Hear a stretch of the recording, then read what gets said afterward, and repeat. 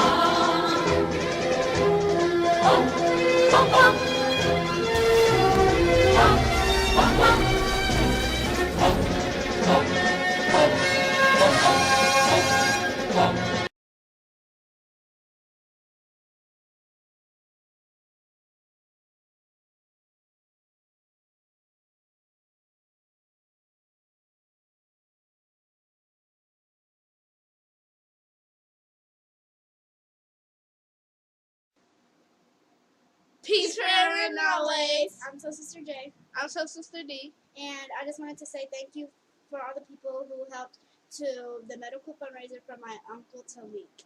And it has meant so much to us that you would help, because without you guys, his life would not be possible and we would not be with him today right now. And I just wanted to say, for all of you that helped and that donated, I would really like to give a big thanks, and I hope that I can meet you one day and say thank you in person. I love you guys, and next.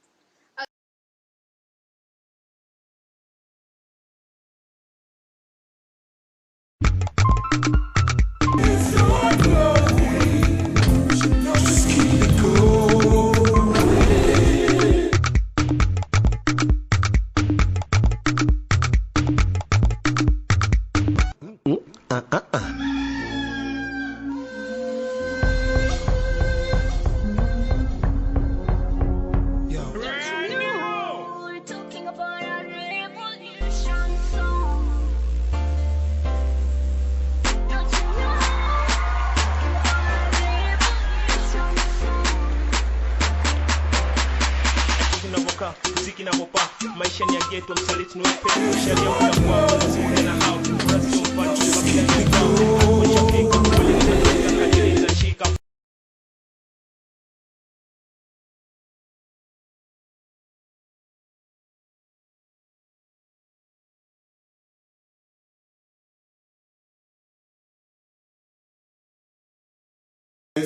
I ordered this book, God is on Trial. I ordered this book from Amazon, and I must say I've read it.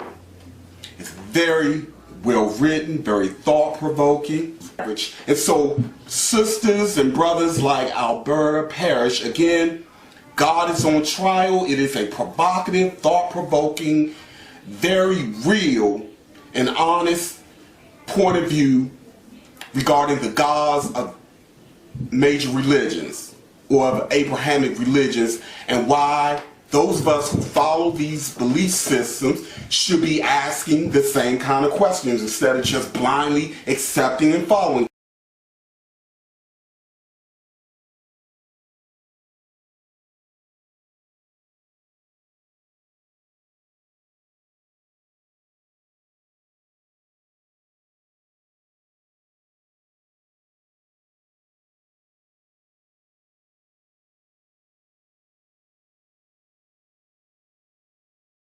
This message.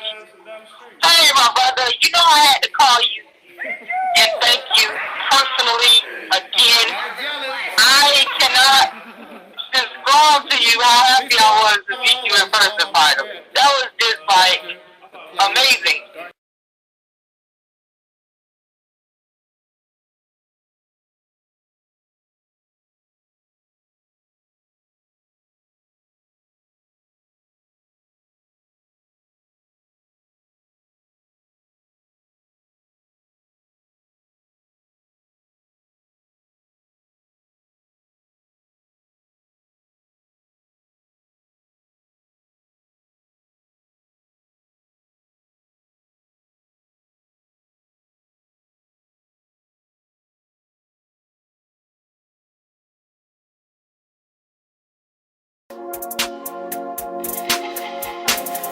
Everybody who is black and interested in black people, let us sit down and find out how we can get together in one direction against one enemy and accomplish this job overnight. When soul singer and black activist Sam Cooke wrote the lyrics to his song, A Change Is Gonna Come, it was very direct and to the point. With some changes to it, the song was still digestible. In the year 2019, black folks continue to go through the change rather than direct the change. A community activist named Taalik Ibn'rad has made an appeal similar to what Sam Cooke was asking for.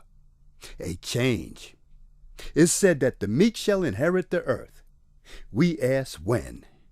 When will the landlords give the meek a free lease? Mr. Ibn'rad is humbly asking for the state of Mississippi. President Trump has already had sit-downs with the wrong representatives of the black community. How about a real discussion with a true grassroots African American? Join and organize Operation Exodus Mississippi today, or become a supporter.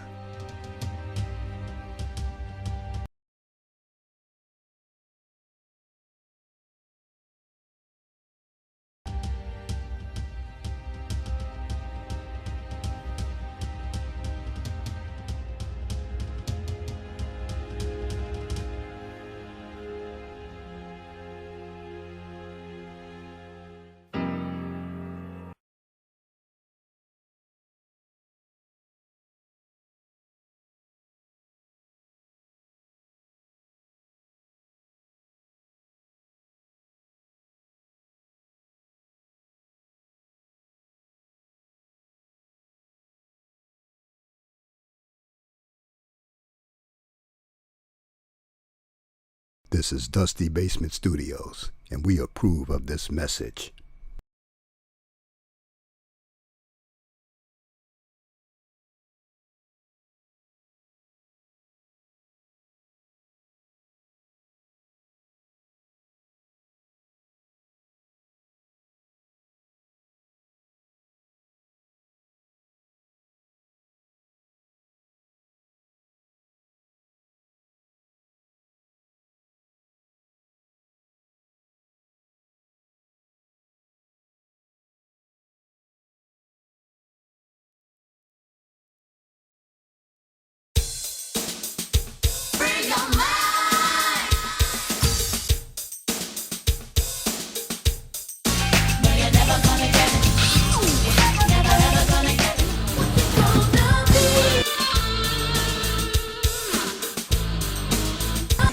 How do you guys feel about Terry frowning like that with her album? You guys' album She coming thinks out? she's cute.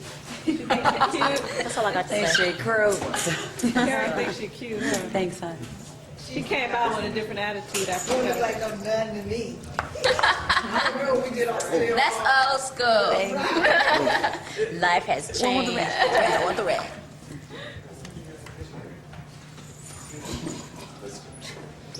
Wait, what was that Mr. T did in Rocky? What was that, Rocky 3?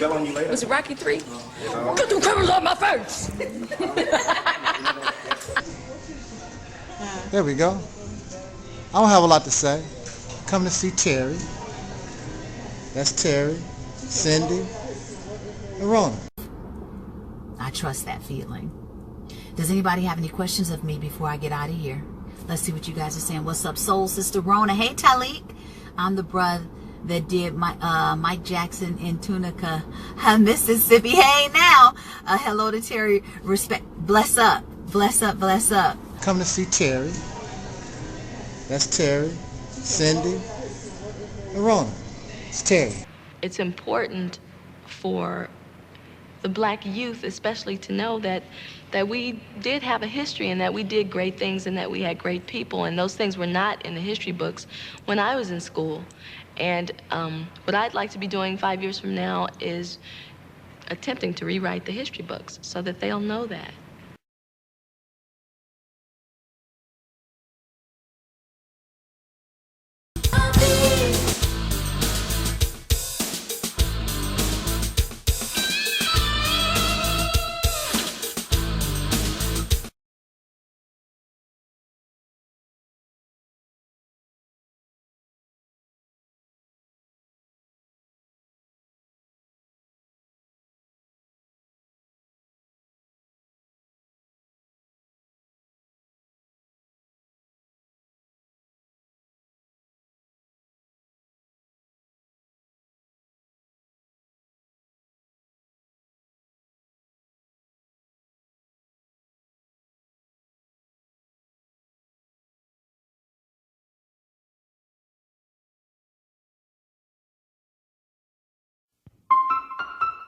Keep it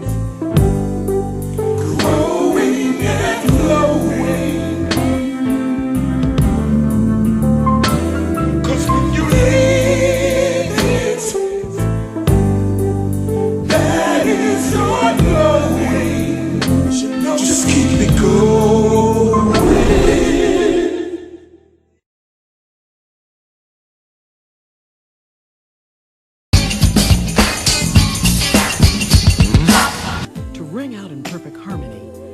Ellis becomes the first of the divas to offer the world her singular sound. And she does just that on Southern Gal.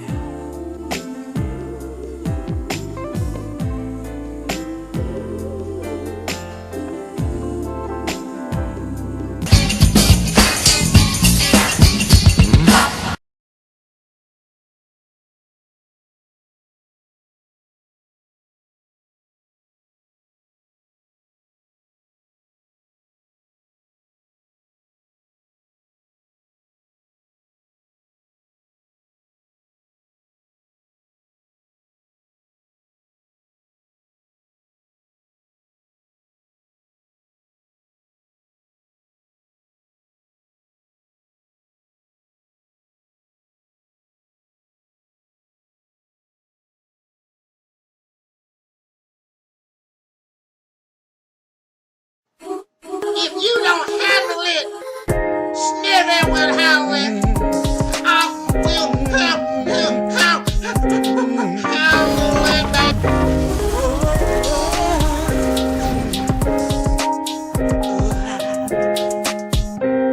Listen, making it out here is not that easy. Well, all alone, no, on 2 feet, you're so far to go. Well, with the right attitude, will help you along the way. Well, make up your mind and do what you want. Just keep it good, make it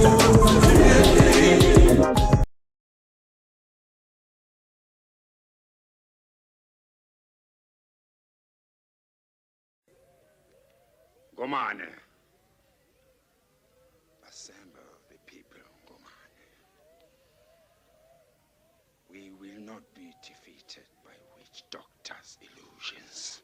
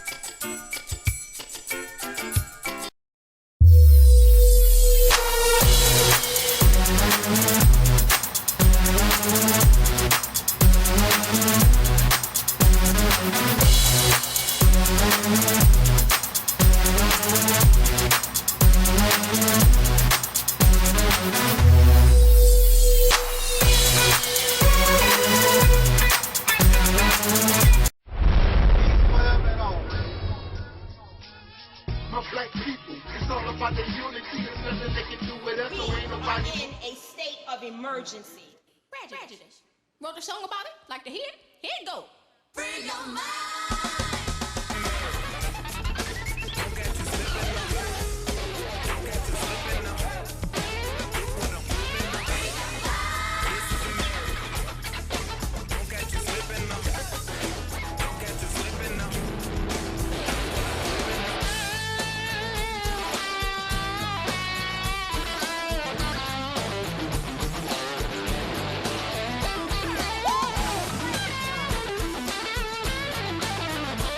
What dear? Cause I keeps it real like that.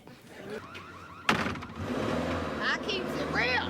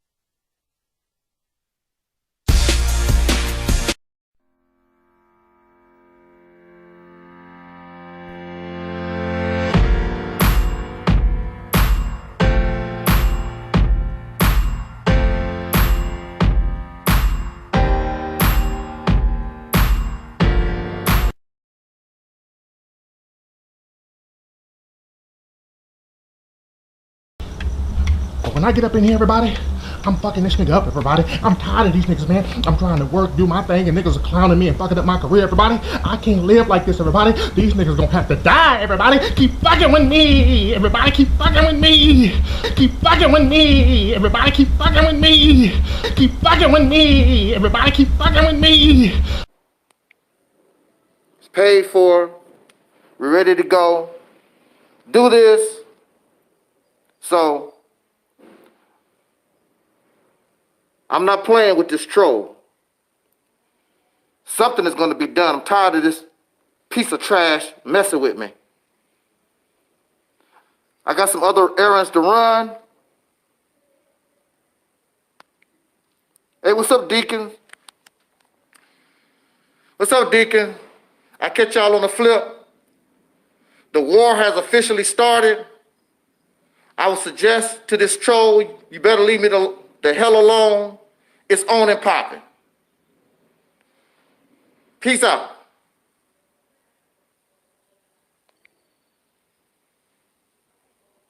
Keep fucking with me, everybody. Keep fucking with me. Keep fucking with me, everybody. Keep fucking with me. Scared the fuck out of me, everybody. I'm just sick and tired of these niggas out here fucking with me, everybody. These niggas are fucking with me, everybody. Fucking with me, everybody. And I'm tired of it, everybody.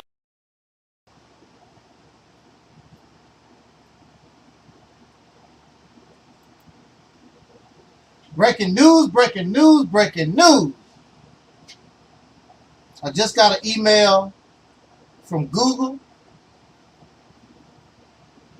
and they are asking for more information, more evidence if I have, about this hardcore channel, which originally was Alquan.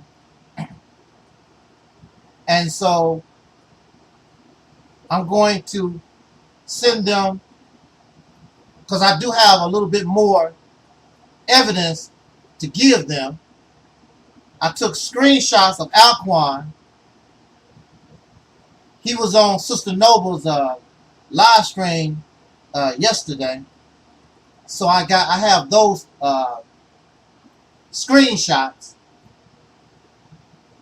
Also, I have excerpts from his own videos talking about he made numerous channels to harass people, and he's saying this out of his own mouth and laughing. I got all these channels that I use to harass people. So I'm sending that to YouTube And he's very smart. He doesn't use my name. He calls me Meatball, which is that's a good move on his part. You have to applaud him. He's not really stupid.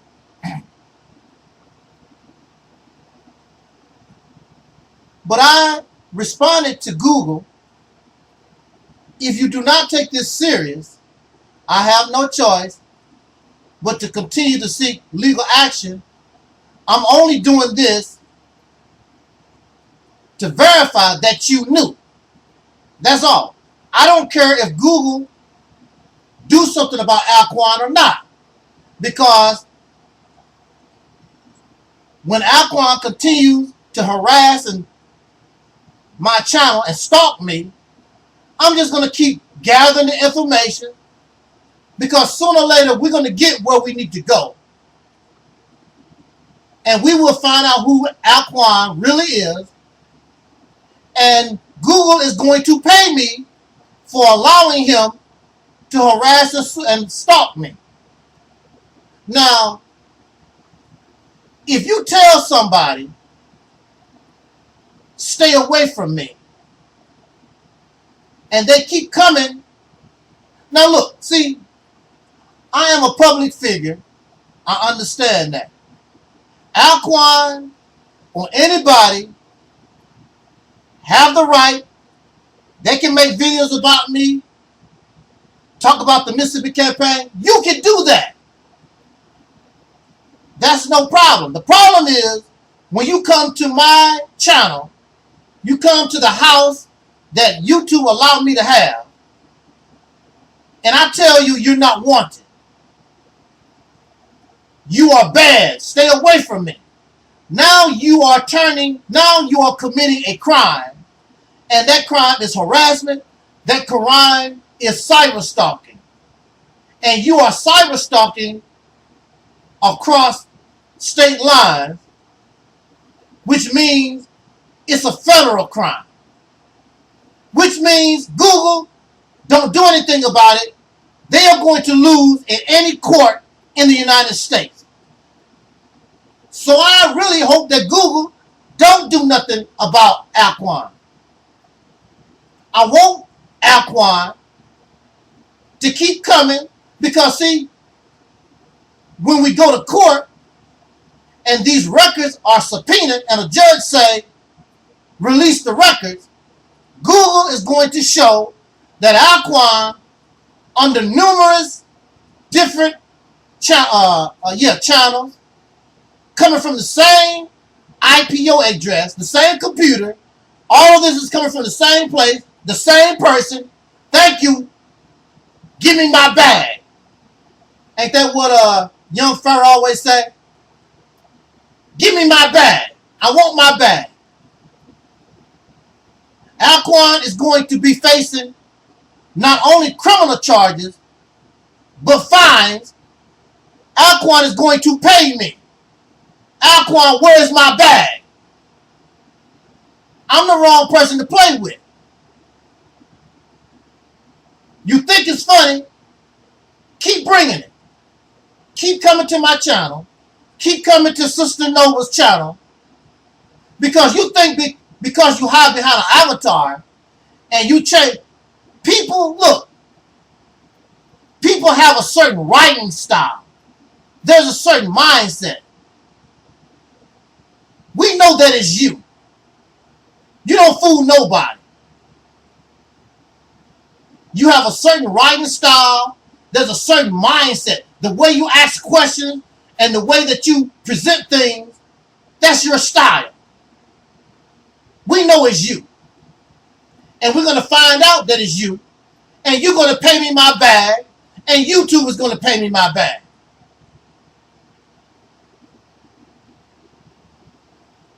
So really, I'm happy. It's going to take a little work. It's going to take a little time, but this is going to pay off.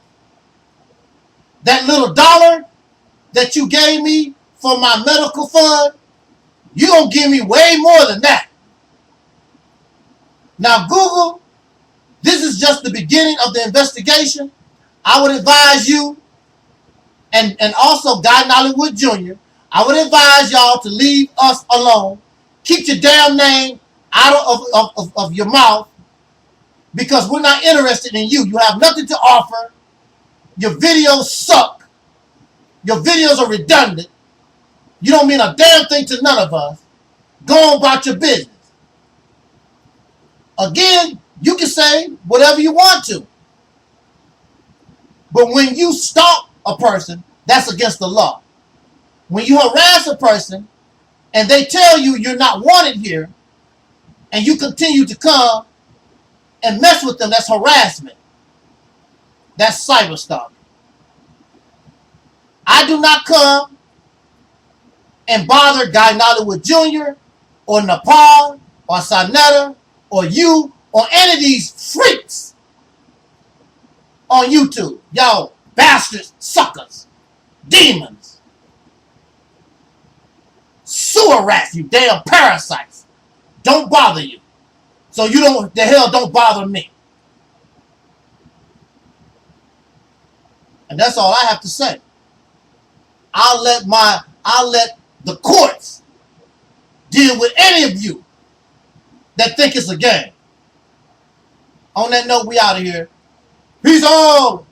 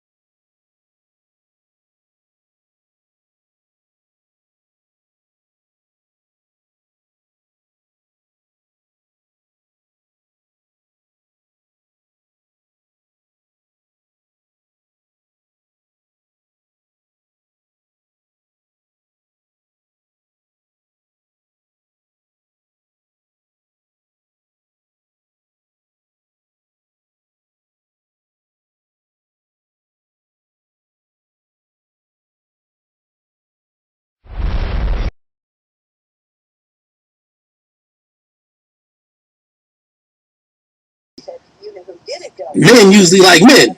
And men usually like men. And men usually like men. And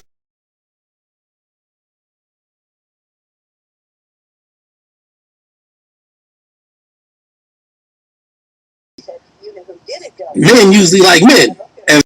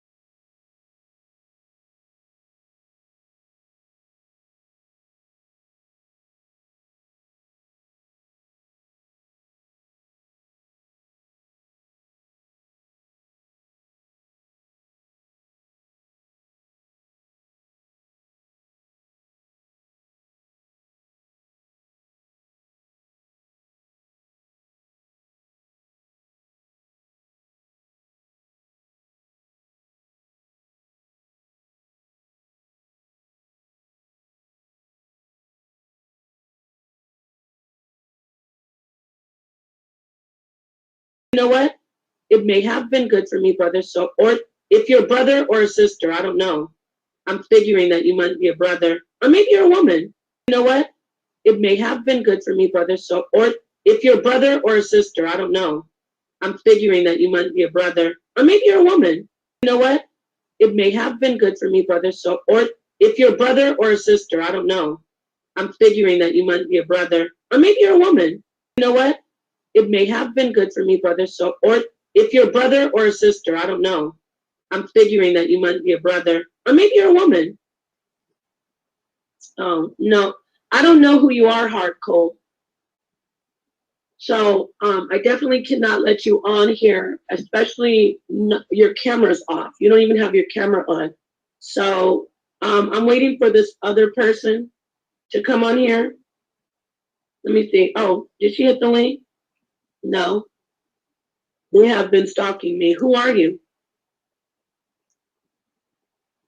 Who are you, though? I don't know who you are. I need to know your name, and I need to see your face. I don't know if you're male or female. So while I wait for you to let me know who you are, Heart Cold, I want to get back to, there's still a little bit more ass kicking I have to give this liar, the Hebrew Whole Patrol captain. So where is your proof? And did you hit the link? You don't follow the scriptures. Oh, okay, I get it. You're just a talebearer. Okay, that's against the commandments. I don't know, Heart Cold. I was going to speak on those two who are stalking you and me. Well, who are you, though? Who are you? Are you a sister? Are you a brother? Peace, Nehemiah. Yeah, cameras are a must. Exactly. If you want to turn on your camera, I was trying to help. You can help if you turn on your camera and let me know who you are. You know, I can't just, I don't have a cam on this hookup. Why? You don't have a smartphone? That's weird. You don't know how to turn it. Listen, when you, if you're a brother, I don't know if you're sister or brother, so I don't know you.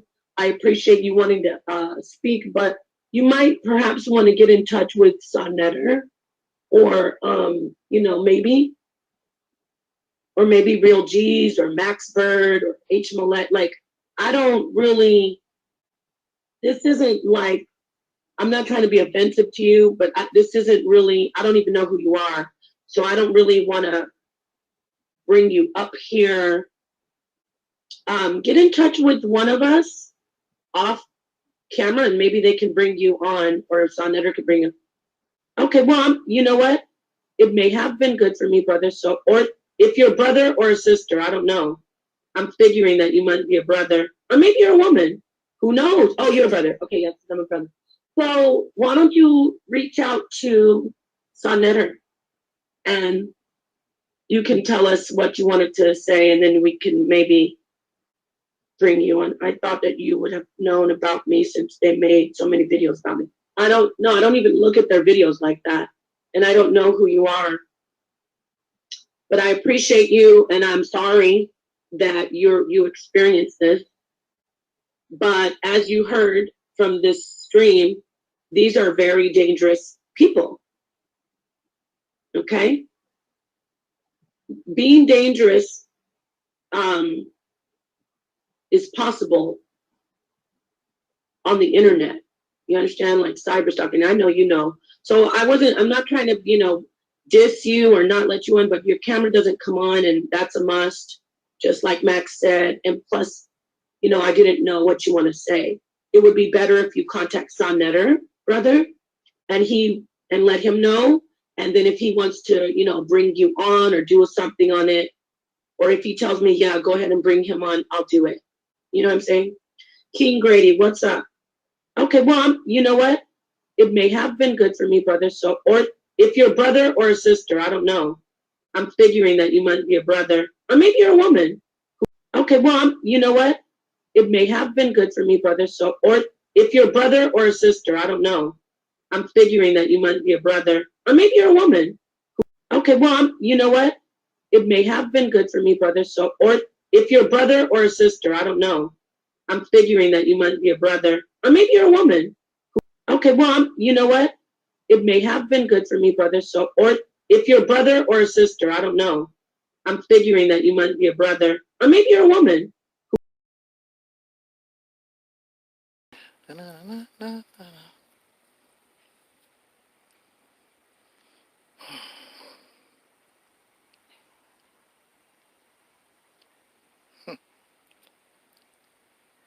I can't wait too long for y'all to show up and catch this message, because I'm doing a little something. But I want to make a quick video. I want to talk to this faceless troll, cyber stalker Alquan, real quick, and his followers. I want to say real quick and make a disclaimer. The title is Alquan and his retarded followers. I want to make a disclaimer because a long time ago, a lot of his people that listened to Alquan told him, leave that man alone. Go on about your business. And if you really study the comments, and if you really study what people are saying when he begins to talk about the Mississippi campaign or Angelsnupnup7, his audience really don't respond because they told him a long time ago, leave me alone. But of course, you always got this niche that's stupid like him. So this message is to the faceless, cyber stalking, a potential murderer, troll, Alquan, and his retarded ass followers. I don't think you got the memo, sir. I am the most powerful voice on YouTube. I don't think you got the memo, sir.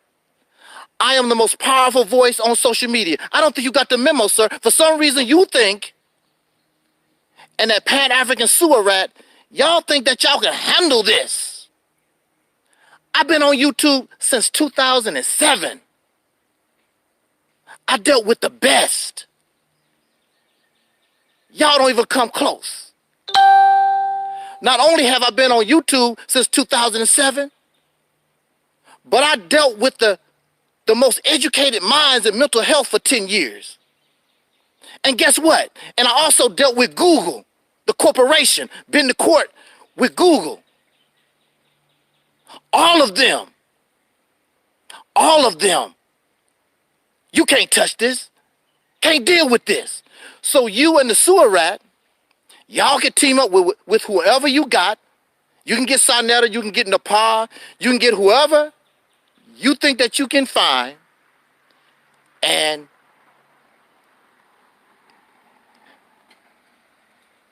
you're gonna lose.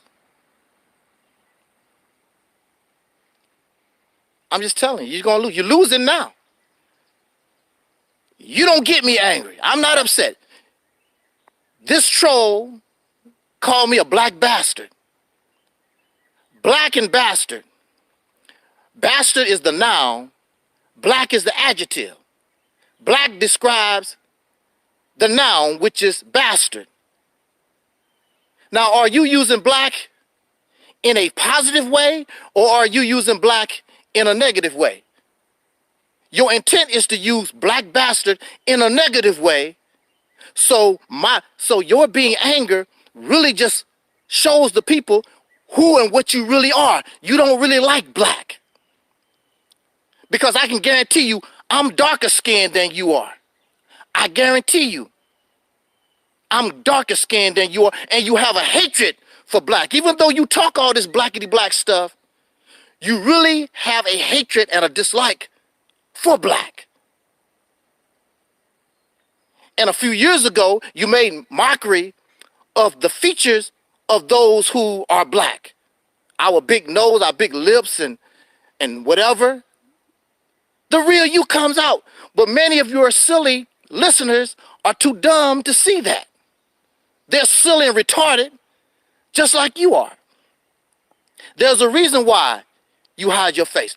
So the troll goes on, and I listen to your video. I always do. Always keep your enemies close and your friends close and your enemies closer. I listen to your video. It don't amount to much because you're not stopping anything. You're not stopping the show. You're real amusing. You don't stop the show. All publicity is good publicity. My subscribers and Sister Nova subscribers are steady climbing up. Thank you, Guy in Hollywood. Thank you, Alquan. Thank you, Nepal. Thank y'all for helping us. And even when the troll talked today, he's jealous because he thinks we're going to blow up. We just want to blow up. That's the only thing on his mind. And you're too dumb to understand that you're helping in the blow up. Now,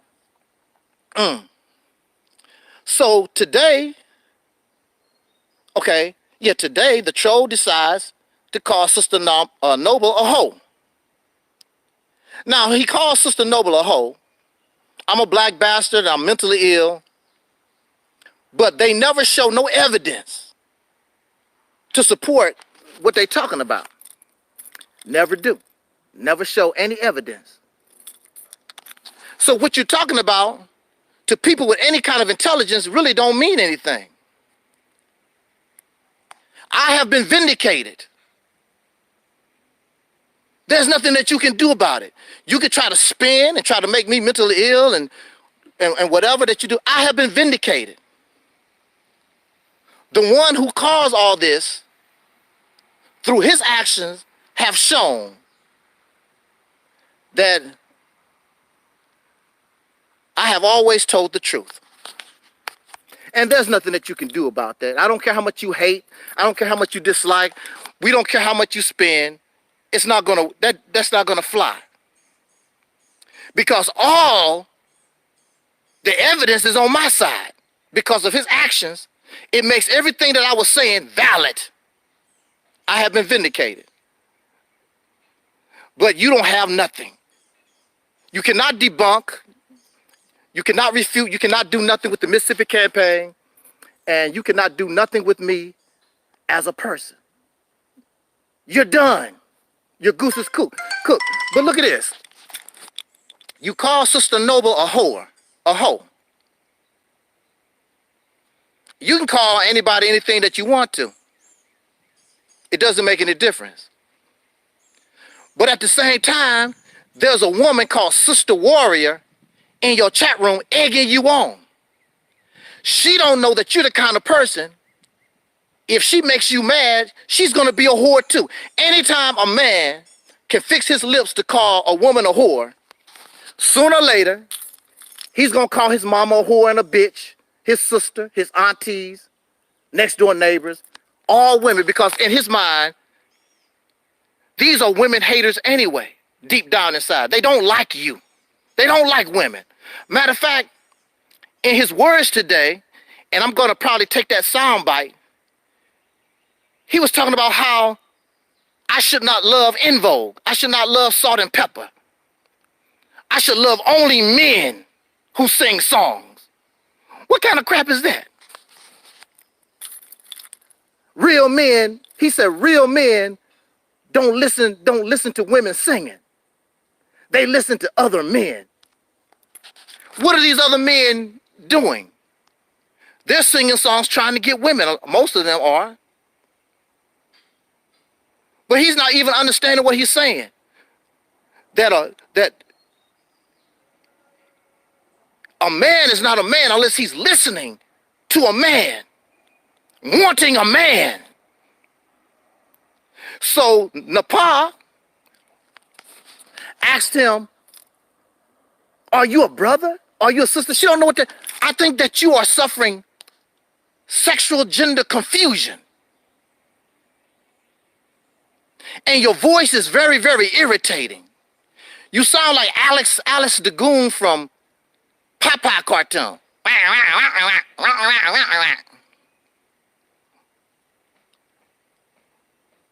Michael Jackson had a song about, I don't know if you're black or white.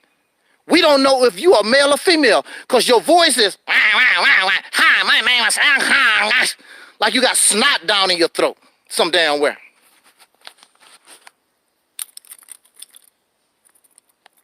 Your followers are mentally retarded. So here's this sister warrior, and if you notice, all of your followers are faceless. Nobody shows their face. Nobody supports you that shows, oh, mosquito, that shows their face. Why is that? Nobody that supports you is showing their face, except it's unless it's Craig and Guy Nollywood or somebody like that, who we already know. But those in your camp don't show their face. Damn, these mosquitoes trying to light me up.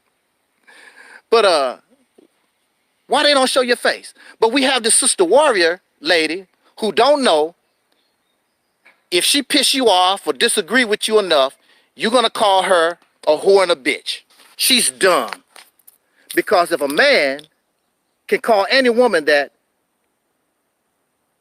he'll call his mama, hey, what's up there, GMO? He'll call his mama, his sisters. He has no respect for women at all. Because I understand, if I call Sister Nepal a whore, a bitch, I'm calling all women that, including my mother. But she's Sister Warrior. What war have you been in, lady? We like to give ourselves these names that we're nothing like these names. Alquan, you're not a fighter. You're not a warrior. And ooh, these mosquitoes. Alquan is not a fighter. See, you couldn't do what I did. You would have ended up being somebody's man booty, being locked up. You would have been crying like a baby. You would be locked up right now because you're too damn dumb and stupid. See, the most intelligent people in this world, a lot of them are the most dumbest. They just stupid ass folks. It's what you call, they are functional illiterates. Alquan and his people suffer from autism. Because some of these autism people, they actually can do high forms of math. But when it comes to simple things, they don't understand. That's the reason why you're having a problem with the Mississippi campaign, because it's really very simple. You're making it more than what it is. It's very simple, but you suffer from, what are these mosquitoes? You suffer from autism. What's up there, Deacon? You suffer from autism. So you can't comprehend. And some of these people on YouTube or whatever, they just retarded. You was raised on Similac milk. You don't have all your brain cells. And really, you think that you're smart, and you might be smart in books, but you're not smart in life. You don't understand things. And you really feel shame of yourself. That's why you hide behind a picture. You feel shame of yourself. So people can't see the face behind the person that's a mental retard, the person with the autism. Hey, what's up there, Deacons? Brother Twin? Soul Brother 85? What's up? What's up? So, you're not bothering me. I'm bothering you. You even said it. I'm going to keep bothering you. I'm going to put the pressure on you because I'm a fighter. You and Gollywood, you and that guy, Nollywood piece of trash, sewer rat. You want to come, you want to talk to your audience like you're innocent. And see, you know what you've done. Why is it just you and him? Now, Craig, I talk about Craig because he stole my equipment. Guy Nollywood and you are stalkers. You come to our platforms, hiding behind a picture, and you stalk us. And you've been doing it for the last 2 years. Brother Bakari does not bother me. I said nothing about Brother Bakari. Gary says nothing, don't bother me. I don't say nothing about Gary. And I really don't say nothing about Craig, except he's a thief. I did not make Craig a thief. He made himself a thief. And now you and this other Pan-African sewer rat, you are obsessed with us because of your jealousy. You want to be Angelsnupnup7. You want to be the RealitysTemple on Earth. You want to be something original. You want to be something powerful, and you're not. Your solution, troll, get education and stop drinking liquor. What kind of solution is that? That's not a solution to the problem. That ain't gonna do nothing. Pan-African stuff been around for almost 100 years. It does not work. You need a different mindset. You need a different strategy. You need to do things differently. And that's what we represent. You wish that you was original. You wish you could do something different. Instead of getting on the soul train, you think that you can stop the train. You think you can take the train off the tracks. It's going to take a lot to get this train off the tracks. Matter of fact, like I told you, all publicity is good publicity. What's that brother that he just banned me not too long ago, that Moore guy? And I made a video. The only thing he did, he didn't bring me up no more. He didn't talk about me no more. And that was the end of it. I don't see no reason why to make videos about him. I said what I had to say. He said what he had to say. He going about his business. I go on about my business. But when you're a stalker, see, the moral of this story is these liars tried to paint me as a stalker and somebody, a harasser and a potential murderer. But when it was all said and done, the so-called victim, this man, Anthony Myron Ross, he was the one mentally sick. He was the one that was the stalker and the harasser, and now he's a triple murderer. This man killed a 10-month-old baby. Who the hell? A 10-year-old baby. This bastard. And you and Guy in Hollywood, y'all side with him because you want to try to condemn me. Well, it don't even make any difference, even if I was mentally ill. I'm not stupid enough, and I understand enough to know that that Pan-Africanism stuff, what Alquan is talking about, that's roads to nowhere. It's not going to work. It don't do nothing. So it don't make any difference. That has nothing to do with our situation. Me person. That does not change what the Mississippi campaign is and what it can do. And the Mississippi campaign did not come from me. I just made it up to date and put my spin on something our ancestors was doing a long time ago. We can do what they couldn't do, but you too damn dumb. Don't think you talk about things like Black Wall Street. Black Wall Street was not pro-black. Black Wall Street did not claim to be aboriginals. Black Wall Street did not claim to be pro-black. And you always bring it up, Black Wall Street. But 100 years after Black Wall Street, put all y'all Pan-Africans and all this blackity-black, pro-black conscious stuff, put it all together, y'all can't duplicate a Black Wall Street. You should find that as a problem. So again, these mosquitoes are tearing me up. These mosquitoes might be carrying that damn coronavirus or something. But look, you show how stupid that you are, because you can't do nothing with Angelsnupnup7. I'm like Tony Montana.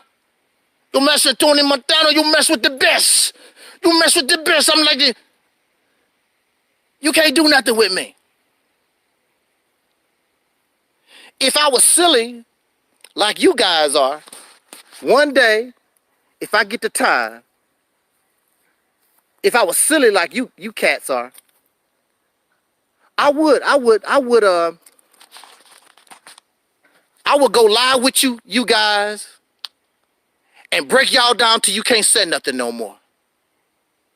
I done it before. Back in the day, I used to go to people's pages and break them down. They couldn't do nothing. Me and this cracker boy, we went toe to toe for hours. He said something, I come back with something. And when it was all said and done, I shut him down. I shut you and God down. I take on all the people on your page by myself. I take all the people on God Nollywood's page by myself. That's how bad and bold I am. I might do that one day just for the hell of it, to show everybody that's what Angelsnupnup7 can do. That's what I done.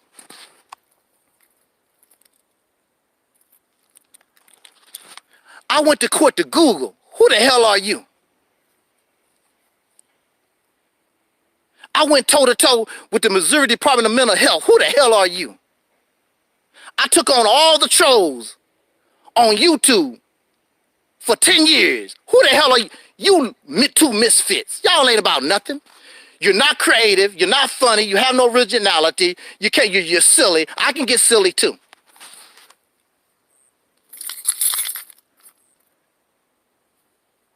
You bring no evidence to support what you're talking about because it don't exist. So again,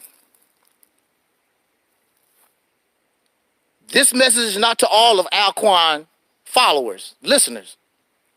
And see, unlike you, I can come on here and tell people that Alquan, a lot of the things Alquan say is correct. But Alquan can get silly and stupid like he is right now. There's a lot of things that Alquan say, I concur 1,000%. I can say that. I can say that. No problem. But right now, and there are things that Guy Nollywood bring up. I can support that. But y'all silly. You're acting silly, immature. And I don't know whether you are really or not, but you're coming off as sick. Cyber stalkers. You are obsessed. Because you want to bring me down, but you can't. I am an immovable force. You cannot do nothing with me. You're not on my level. You can't handle this. Assalamu alaikum. That's my comrade. They angry at him. They angry at my brother Maurice. Attacking Maurice. Because Maurice has come to you with a logical message, a compassionate message, a thinking message. And because of your immaturity, you ignore him. And you ignore where Maurice come from. Maurice come from the same mindset, and I say that with all due respect, that you did. But Maurice even said, I have matured since then. And I'm steady growing, I'm steady learning. That's what it's about.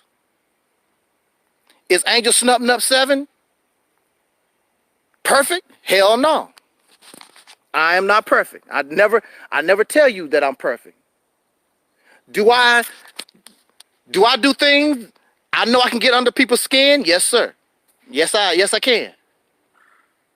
But I'm striving. I don't want to hurt nobody intentionally. I don't want to hurt nobody's feelings. I don't want to hurt nobody. I want to do what is in the best interest of all of us, because I understand that without our unity, we all lose. And this fight is bigger than all of us. This fight is bigger than all of us.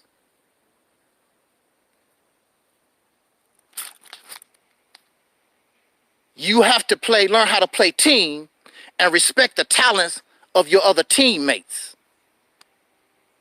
But with your current mindset, it's all about you. I'm the smart one. It's all about Aquan. We supposed to be an aboriginal. It's all about your program. No one don't give a damn about your program. No one don't give a damn about the program of Guy in Hollywood Jr. The Mississippi campaign is not about a program. It's about an activity that will help us become liberated. And we handle all the other stuff later on. All this other crap don't mean nothing if you don't play team. Dr. Claude Anderson said that racism is a team sport. And the only way that we can beat a team is we got to organize a team. You cannot win as an individual. So on that note, I got some things I got to take care of here. And I'll catch y'all on the flip. And I know that this message goes in this ear and out the other, but it don't make any difference. Cause you can't chop down this tree. You cannot chop down this tree. You're not on my level. You're not even close. You're not even close. And that's why it's so frustrating to you. And it's so disappointing to you that you find yourself continue to fail. It's better to get on the soul train or leave the soul train alone, because you're only making yourself look really, really bad. Okay, I'm out of here. My ride is here. I got to go. Got some business to take care of. And peace out to the Deacons of Reality, to GMO, and of course our soul brother, Maurice Muhammad, Mississippi Campaign in the house. Wife Muhammad in the house. Everybody in the Mississippi Initiative. Sister Gwen B in the house. And we getting ready to take care of business. I don't know about y'all, but that's what we're going to do. So on the flip, until I can talk to y'all next time, peace. We already 5,000.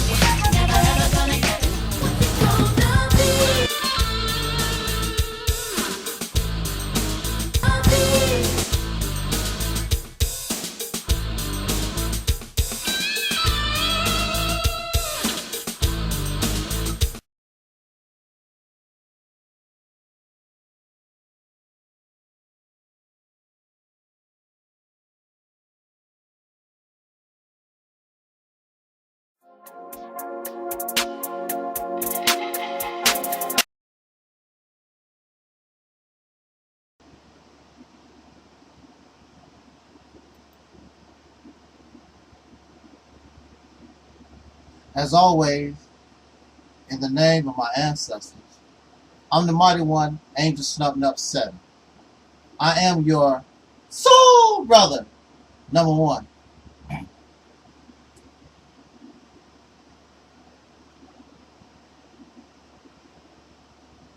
I just learned that this man, Anthony Myron Ross, I just learned that about almost 4 years ago, this man, Anthony Myron Ross, who at one time I called my friend, at one time I called a brother, at one time we had the same purpose, vision, and goal at one time. Somebody I knew, somebody that was close to me longer than anybody in my lifetime. I would say.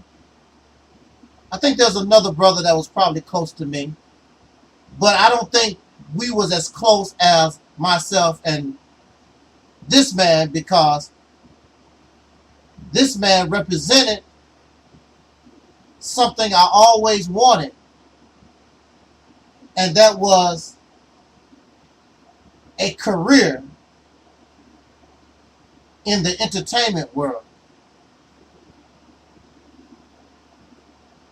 I must accept responsibility. I accept the responsibility of being so foolish, and I allow myself to get caught up in the Peckerwood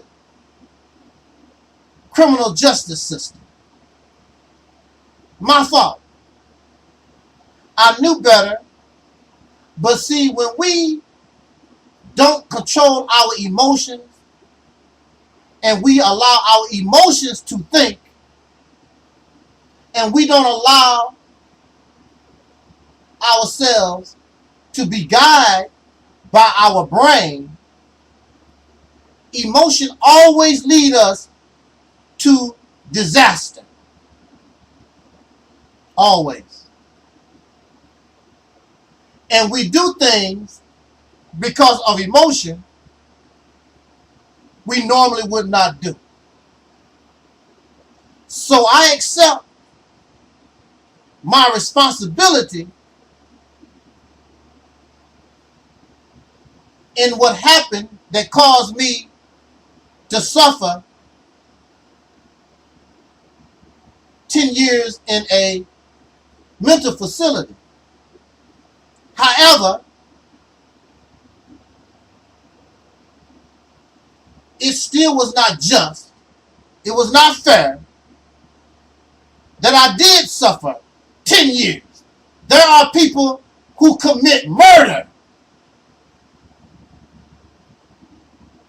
and child abuse and other heinous crimes that do not and have never served 10 years. I did nothing, and then I'm labeled as some kind of insane criminal. I did nothing to deserve that. But I will accept the responsibility of having a mindset. I allowed myself to have a mindset, I don't care. And guess what? They don't care either. So since I don't care and they don't care, then they done what they done. And by the time I awakened from my emotional slumber, I began to realize my mistake. But now I'm caught in the web of the spider. I'm caught up in the mouth of the lion. It's too late. But I accept responsibility, because I had the strength and I knew better, but just didn't want to do better. And I did not realize, I thought I was hurting myself, but there was others I also hurt and destroyed my relationship with others because I don't have any children, but I had godchildren and I had other people who wanted me to be free because they loved me and wanted me to be with them, but I became selfish. I don't give a damn. And they didn't give a damn either, and Anthony Myron Ross certainly did not give a damn. I accept responsibility.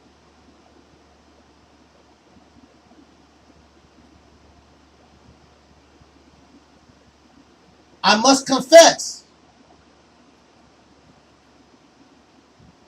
I must confess why this person, Anthony Myron Ross, I got caught up with him because he fed my delusions. He fed my delusions of being a great entertainer. And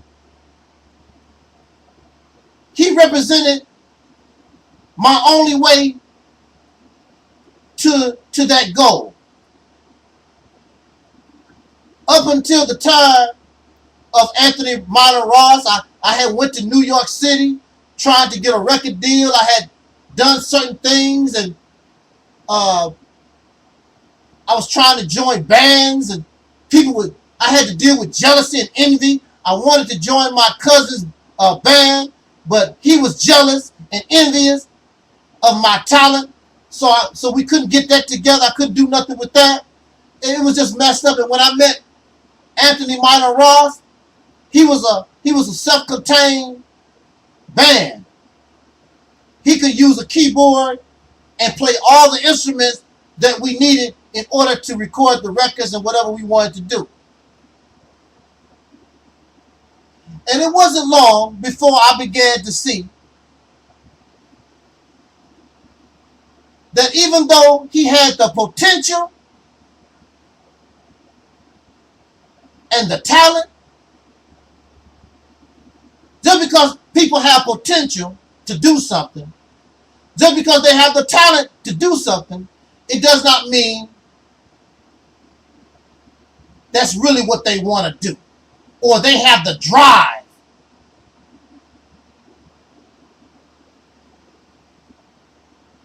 I was caught up in his delusions, where rather he was feeding my delusions. That's why I was caught up. He fed my dreams. Many of you know that I have a picture of En Vogue in my background. It was a poster given to me by a brother that I met at an En Vogue concert. And actually, and I like those sisters way back in the 90s. And I had an opportunity many times. And who knows, I could have probably actually met Terry a long time ago. But I was caught up in these delusions, in these dreams.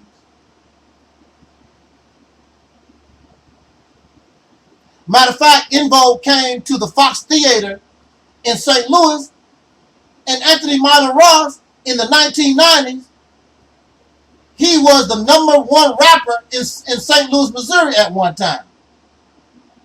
There's a lot of information on Anthony Myron Ross you will never get online because, well, he's not worth all that, but maybe if people learn about what he's done, they might begin to post some of his information online. Anthony Myron Ross had a record deal with the same record company that George Clinton, Parliament Funkadelic, was on. Anthony Myron Ross was given an award by Patti LaBelle. He graduated from the School of Performing Arts in St. Louis. Anthony Myron Ross was a talented person. Anthony Myron Ross threw his life away. Anthony Myron Ross was my brother and my friend, because we had this same shared goal in common.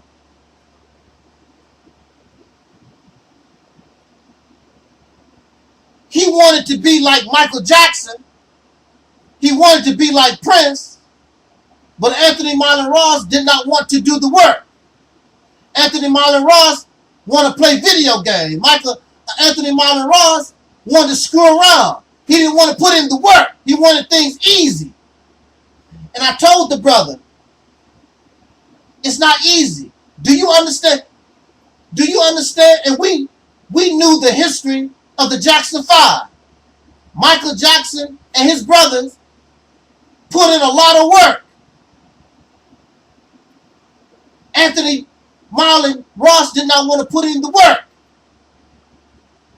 And then he became jealous of me because he wanted to do what I was able to do. I was able to sing, dance, write certain songs or whatever. He did not want to accept his limitations. He didn't understand wherever we was going, we all go. He wanted it to be all about him. But back to me. I am like you. I got caught up in delusions and fairy tales, even though they could come true. The reason why you believe in God and spirituality and all these things is because they feed something in you and you don't have to do no real work. You want somebody to give you something on a platter. I was willing to do the work, but I got caught up in a dream because I understood that even though this man had all this talent, he's not going nowhere.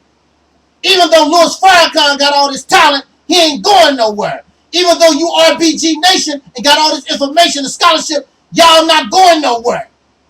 I refused to accept that and got caught up in the delusions and the hype, the Barnum and Bailey.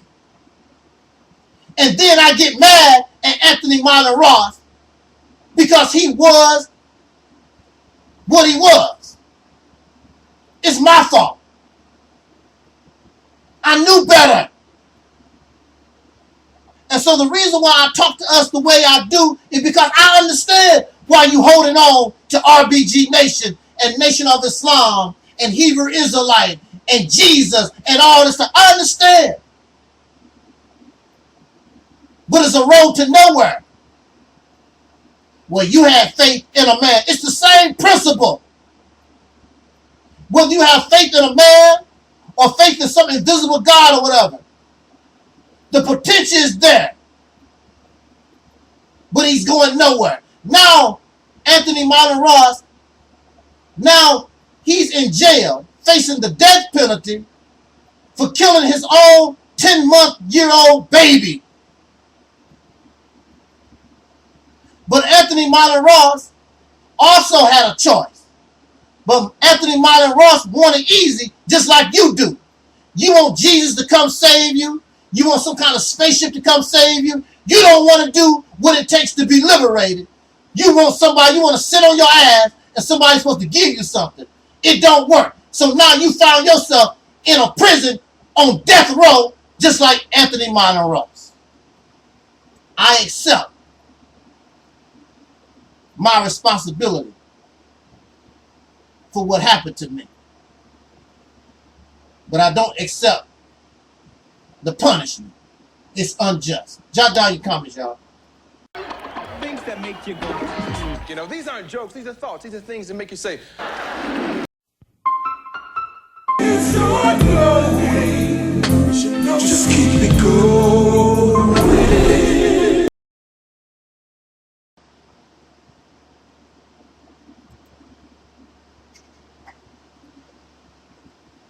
As always, in the name of my ancestors, peace forever, and always, and welcome to another edition of what we call the RealitysTemple on Earth Internet Ministry.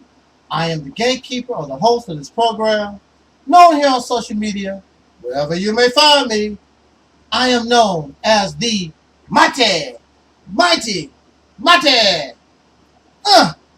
angel, Angelsnupnup7. I am your soul brother, number one.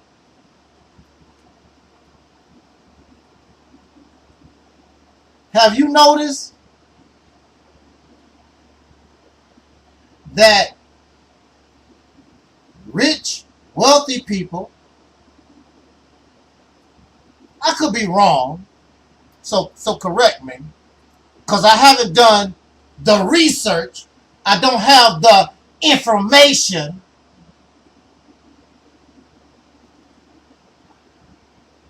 but have you noticed that it's very rare that rich people, wealthy people, well-to-do type people very rarely get caught up in cults. And you don't see them obsessed, foam at the mouth about religion. Now, there's always an exception to the rule, because Scientology has attracted wealthy people. A lot of them. But there's always exceptions to the rule. Usually when you talk about those who are under the power and influence of a cult, most times they catch you and they recruit you because you're doing bad. You are depressed, you're hopeless, you're just in a bad way in life. Just like the Ku Klux Klan. They recruit Caucasian people and they tell them the reason why you're doing bad because a black man did this and a Jewish person done that, and because you're so depressed or whatever, you are unable to look at the situation from any other option or perspective, so you fall for the old drinking the Kool-Aid. You fall for their hype. And all this is because they catch you when you're doing bad. When you are wealthy, when you are well-to-do, and your bills are paid, that type of message really don't do nothing for you because you got stuff. Your bills are paid. You go to vacation to Paris every year. You know, you got it going on. So when I met this woman here, Patricia Ann Robinson, aka Aaliyah Muhammad, she caught me when I was doing bad. It was 2012. Well, actually, I think I met her in 2013. But I went back to truck driving school. I had lost my job, and it was very difficult to find a job. So I decided to try to go back to truck driving school. I went to truck driving school, and I did get a job, but 2 months inside the job, they terminated me because they said that I did not tell them about my crazy house experience. They told me, had I told them about it, it wouldn't have been a problem. I did not tell them about it because it was not a requirement on their job application. That's why I did not say anything about it. It wasn't a requirement. Anyway, they decided to terminate me. And part of the deal was I go to school and I graduate, and the trucking company paid the school for my education. But they fired me. I'm not giving you a damn dime. And so basically, this trucking company also blackballed me, really. I kept putting in applications with other trucking companies, and they turned me down. Probably based upon what the information they got from those suckers. And then later on, the person that I had as a roommate, they decided it was time for me to go, kick me out the house. So, to make a long story short, I was doing bad. And I was still able to be online. And again, I do not search for these people. She found me. These people come to me. I do not find them. She liked the video I had made. She liked the way that I was dressed with the bow tie. But I made it very clear to this woman, I no longer believe in those teachings. Anyway, she started calling me because my telephone number is public. She started calling me and I was talking to her or whatever. And she seemed like a very nice person. Suffice to say, I can guarantee you, if you knew Adolf Hitler, Hitler was a nice person. A lot of these sociopaths are nice people. Serial killers are nice people if you talk to them.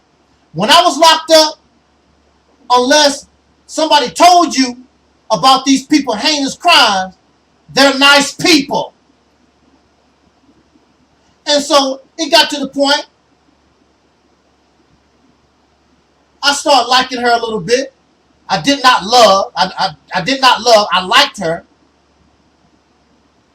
And I decided to go see what she was about, even though she really wasn't my speed, because I don't mess with fat women.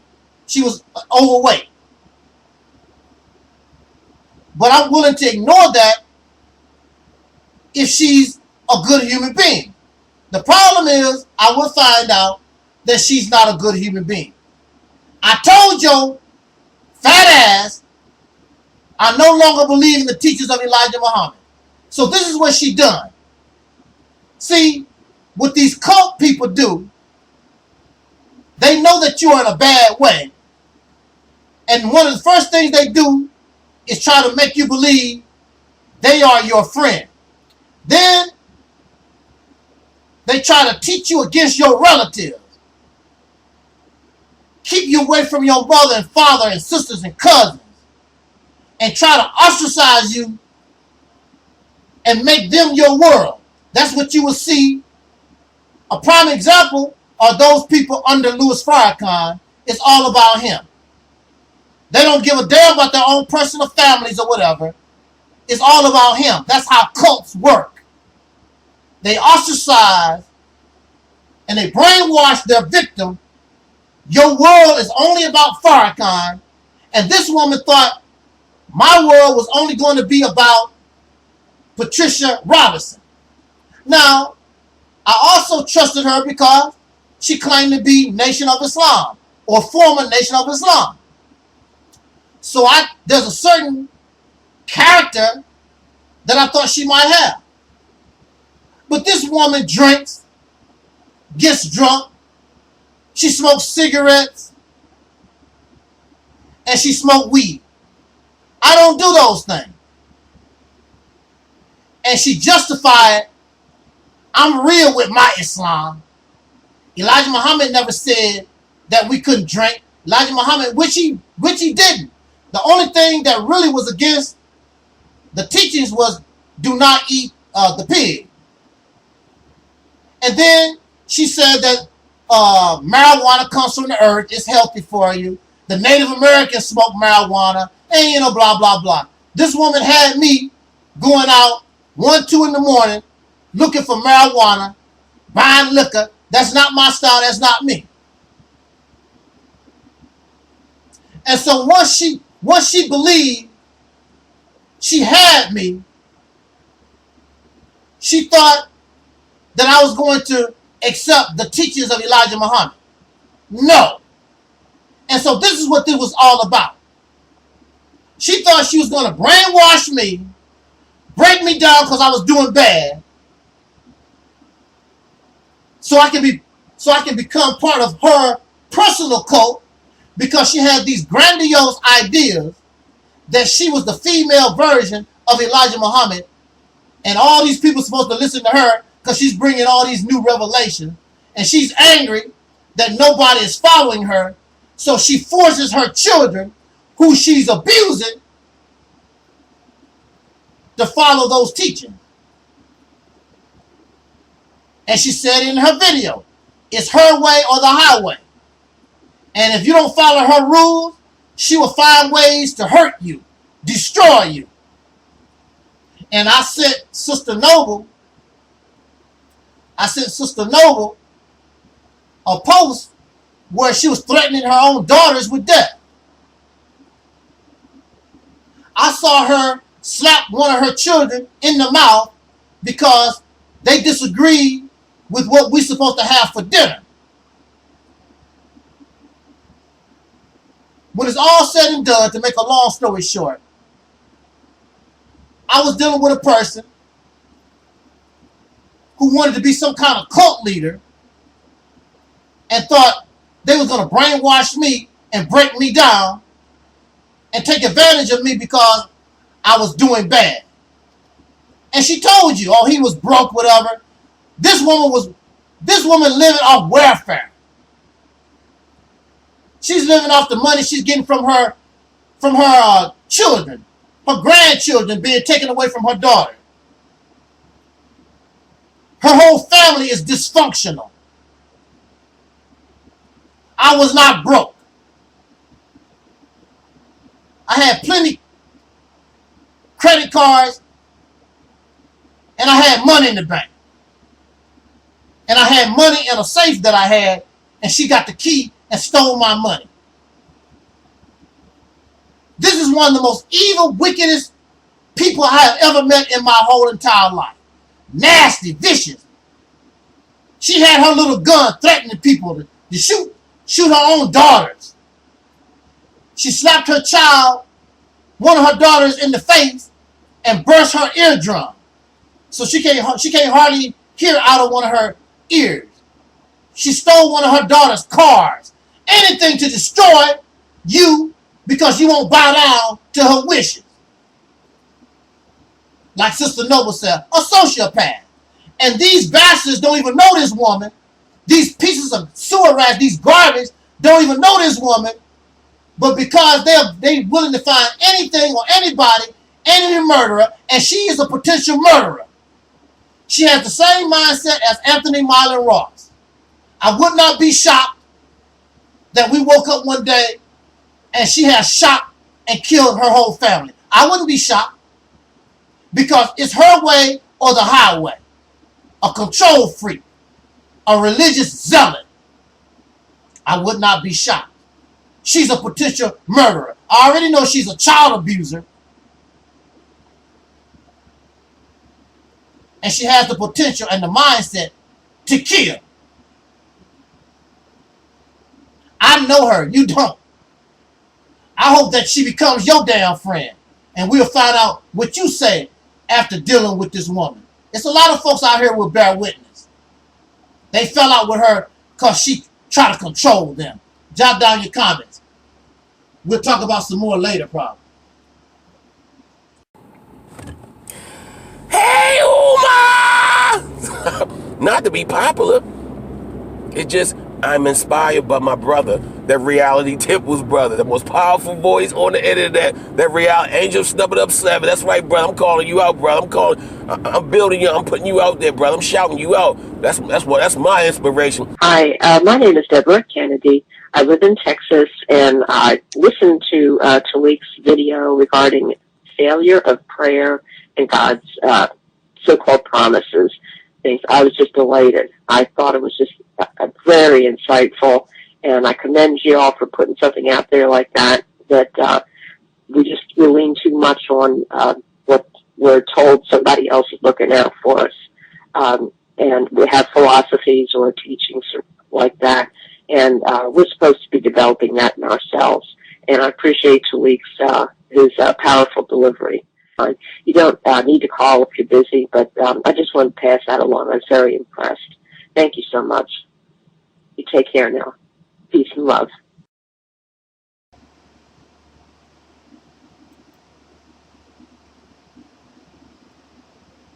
So today is June 18, 2021.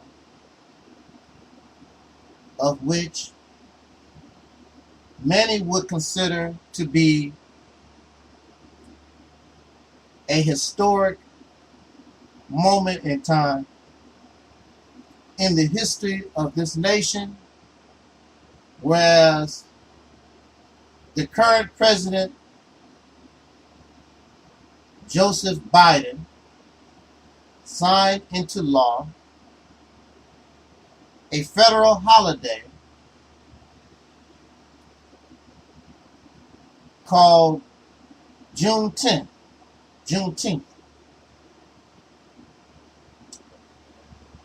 I don't need to go into the history or the why behind this celebration, this holiday. And I want to be very, very clear, as in all things, I am not speaking from a place of hurt or jealousy or envy. None of these things. We should applaud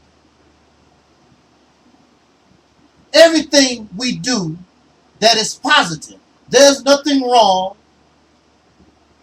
or in error that we fight for a day to celebrate the freedom of our ancestors. However,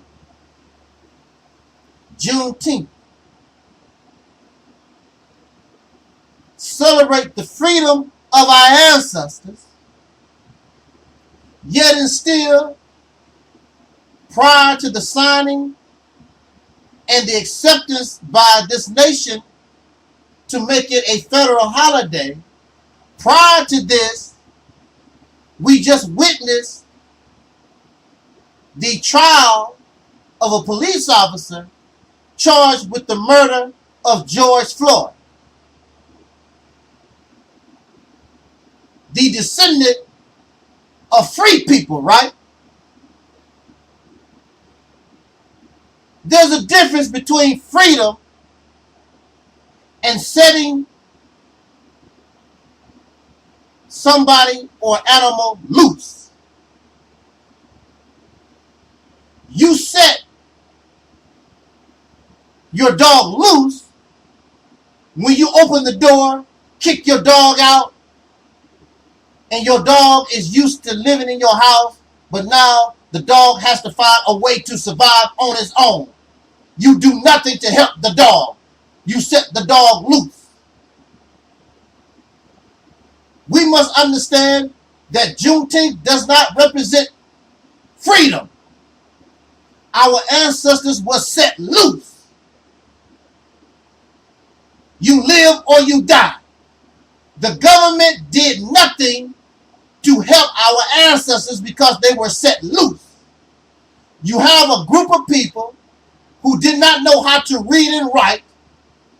The only thing they knew basically how to do was farm labor.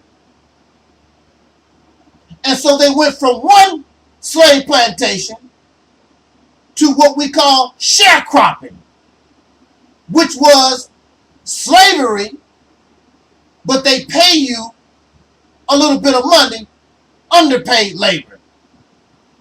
And you become in debt to whomever owned the land.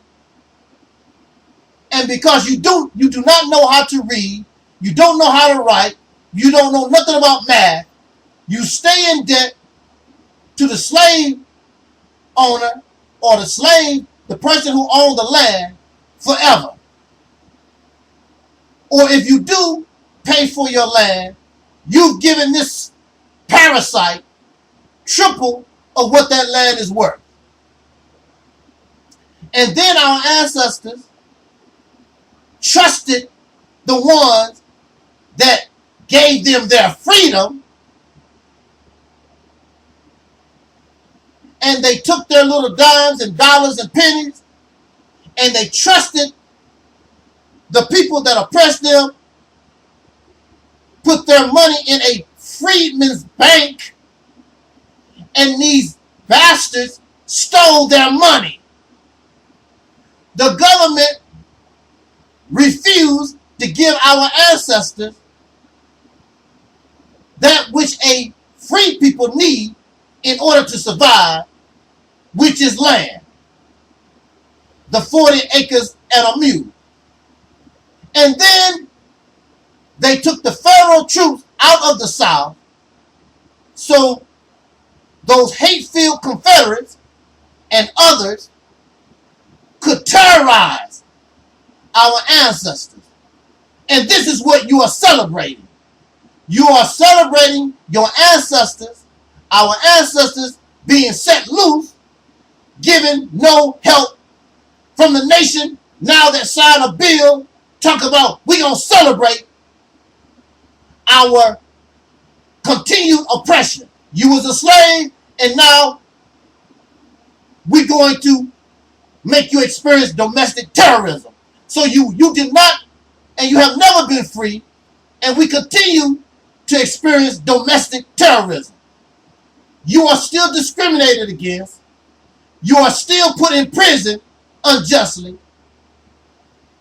There was something called the Black Code. There were laws designed just for us so they could send us to jail and prison so that we can build railroads and dams and whatever labor they had for us. What kind of freedom? You're still not free. This is a fallacy. This is a delusion. And of course, we have our older people who have suffered in this all their life. And this little scrap from the masa table, they are happy and singing and dancing just like they did when Obama, the biracial, the mulatto, not a real African American, not a real black president, but I guess that is better than nothing. And they cried and they boo-hooed over an illusion of the first black president. And they cried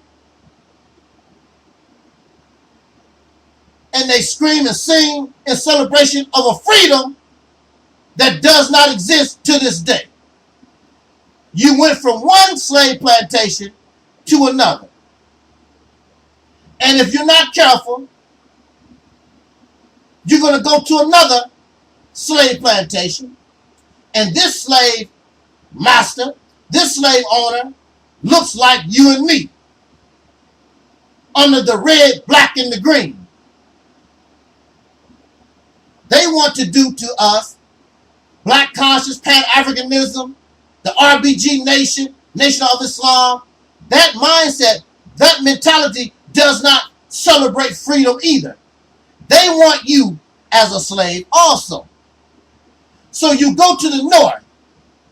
There are those who want to enslave. You go to the west and you go to the south and the east. You're surrounded by slave owners, oppressors wanting to exploit you. Because they don't view you as free people. They view you as what you are, a bunch of people that were set loose to your own vice. And everybody, come over here. Get on this plantation. Get over here. Nobody is representing your freedom. Nobody is representing your giving you justice and treating you equal. Nobody is. No, if you run to the white man, he's not going to be just to you. And you run to your own under the guise that they love you. They don't want to give you freedom either. I don't understand. Well, I do. You have a slave mindset. This is not to say, again, this is a good thing. This is a beautiful thing. It's nice. But you deserve more. You deserve freedom, not celebrate it. You are celebrating people who were set loose. This is not freedom. Free people don't live their life in fear. Our people live their life in the South and all over this nation in fear. What the hell are you celebrating? You are celebrating lynching. You are celebrating rape and murder and stealing and other horrors that our ancestors have faced because they were free. What kind of freedom is that if a dog is let out your house just so somebody can kick the dog in the ass, so the dog can starve, so the dog's fur can fall out and the dog get fleas. What kind of freedom is that? It's not freedom. It's an illusion. And we like living in illusions because we really don't know what it is. Nobody can give you freedom. It is dumb to believe that freedom, or what we view as freedom, is free. Nobody can give it to you. You got to take it. And since those who gave you the freedom gave it to you, they determine what it is. They tell you what you can and cannot do. They tell you what you can and cannot eat. They tell you how you sleep. Everything about you, they determine. You don't control your life. So this is not a diss. This is not throwing shade at Juneteenth. This is just giving us the reality. It's the reality of the situation. We need to stop just wanting to feel good about things. And we don't mind accepting little things. The time and the effort and the money that we use in order to gain this little piece of feel-good stuff, we could have been doing something big, like taking control of a state, and you can gain real freedom because now you can control the laws and the policy and the resources of something finally for a change. So when you come to that state that you control, you're the boss. And now you are acting as a free people. Juneteenth, the celebration of freedom, is nothing but the usual slave-massa relationship. Crumbs from the massa table. And don't drink the Kool-Aid. Don't believe the hype. Because you will hear something different from your pro-black, pan-African, blackity-black, Hebrew Israelite, Nation of Islam, whatever they want to call themselves. They come to you in the guise of freedom, but they're nothing but wolves and sheep's clothing. They want to make a slave out of you also. So you're trapped between a rock and a hard place. I suggest to you that we learn and subscribe to this channel called Operation Exodus Mississippi Campaign,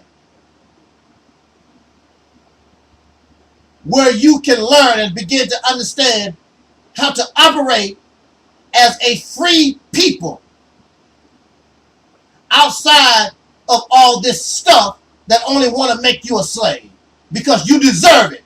After 400 years, you deserve to truly celebrate freedom. Jot down your comments. Let's talk about it. Till next time, y'all. We already 5,000. Peace. I want to start my own.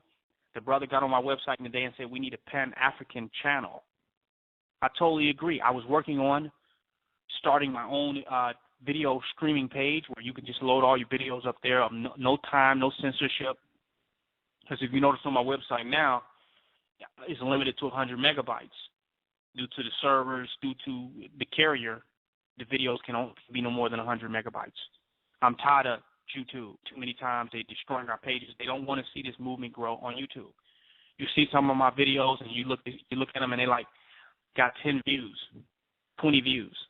That's not because, and then people will look at that and they'll make them think, oh, he's not getting the views. No, I have so many YouTube pages destroyed that they don't want to see me effectively and successfully build up this momentum and stream of people watching my videos. I'm just as big as the bigger people on YouTube, but you cannot see it because they make it that way by constantly destroying my pages to destroy the momentum that I am building up on YouTube. So it's not going to work on YouTube. You all see how long I've been on YouTube. No one has been more resilient, pushing more harder on YouTube than I have. I must add, Brother Angelsnupnup7, Brother Taalik Ibn'rad. Many of you all have not heard of him, and it's a reason for that you haven't heard of brothers like that who's coming with a profound message. Every day this brother does like an hour dissertation on YouTube, but no one's hearing him. His message is not getting out. Powerful message, more powerful than most messages that are out there. Very real, very radical, very sincere, very diligent, very consistent, and very little hypocrisy in what he speaks. At least he's true and sincere about what he's talking about. He's not doing it for money, selling no projects, selling no products, trying to do lectures. He's actually coming on there, offering some critical thought and critical analysis every day consistently, but most people have not heard of him. Not because he's lazy. I see him. He got thousands of YouTube pages. I see him constantly putting out videos, but you haven't heard of him. That's by design. That's by design of white supremacy. That's because you all want to hear the popular message and not the real and raw message. And YouTube makes sure of that. They make sure that they can constantly stomp out your Messiah. They let the Messiah get further enough just for you to hear who the Messiahs are. And as soon as you hear them, bam, they cut off. Damn, job well done. So we have to create our own sites.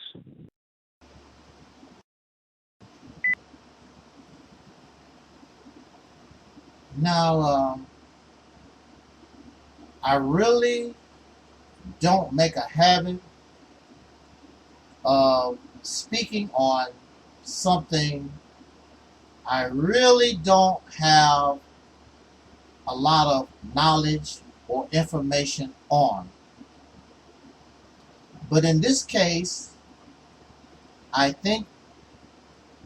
believe there can be an exception, because I've heard and seen enough to draw a conclusion that is just and fair for all parties involved. I want to talk about this organization called Black Lives Matter.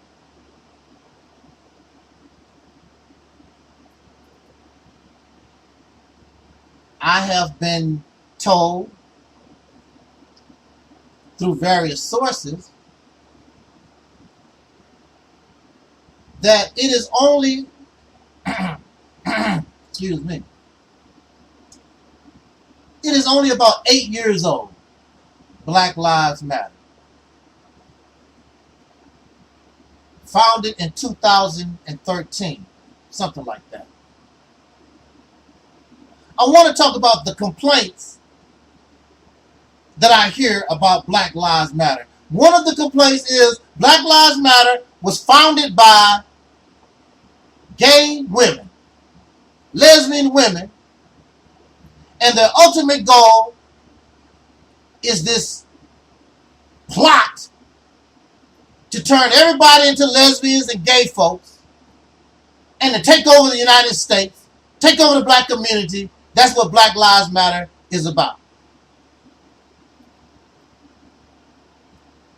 So what do we see? Black Lives Matter.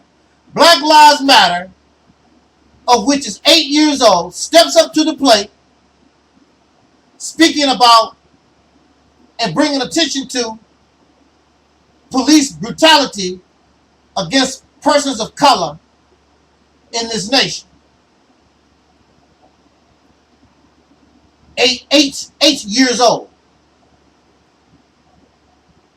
My own plan, which is not an organization at this point, just an idea, just a plan, which is only 3 years old. Now, you have voices that are very critical of Black Lives Matter because of their success.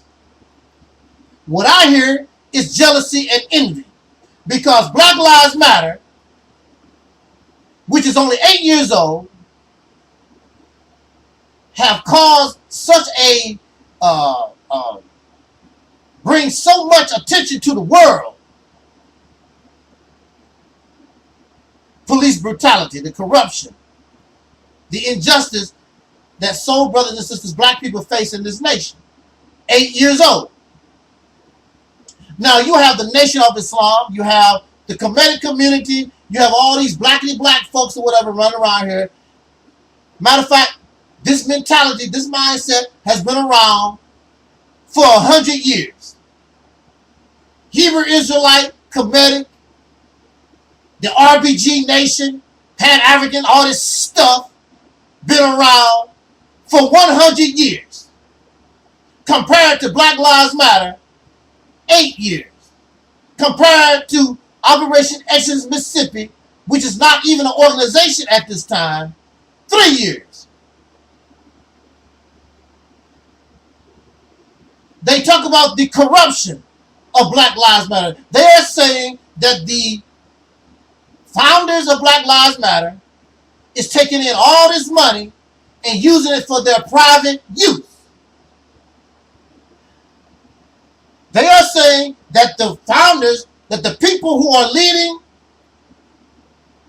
the charge in Black Lives Matter is taking money and using it for their personal use.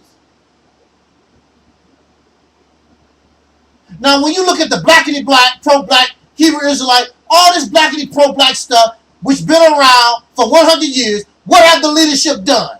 The leadership has taken from the people so the leadership can live a lavish lifestyle.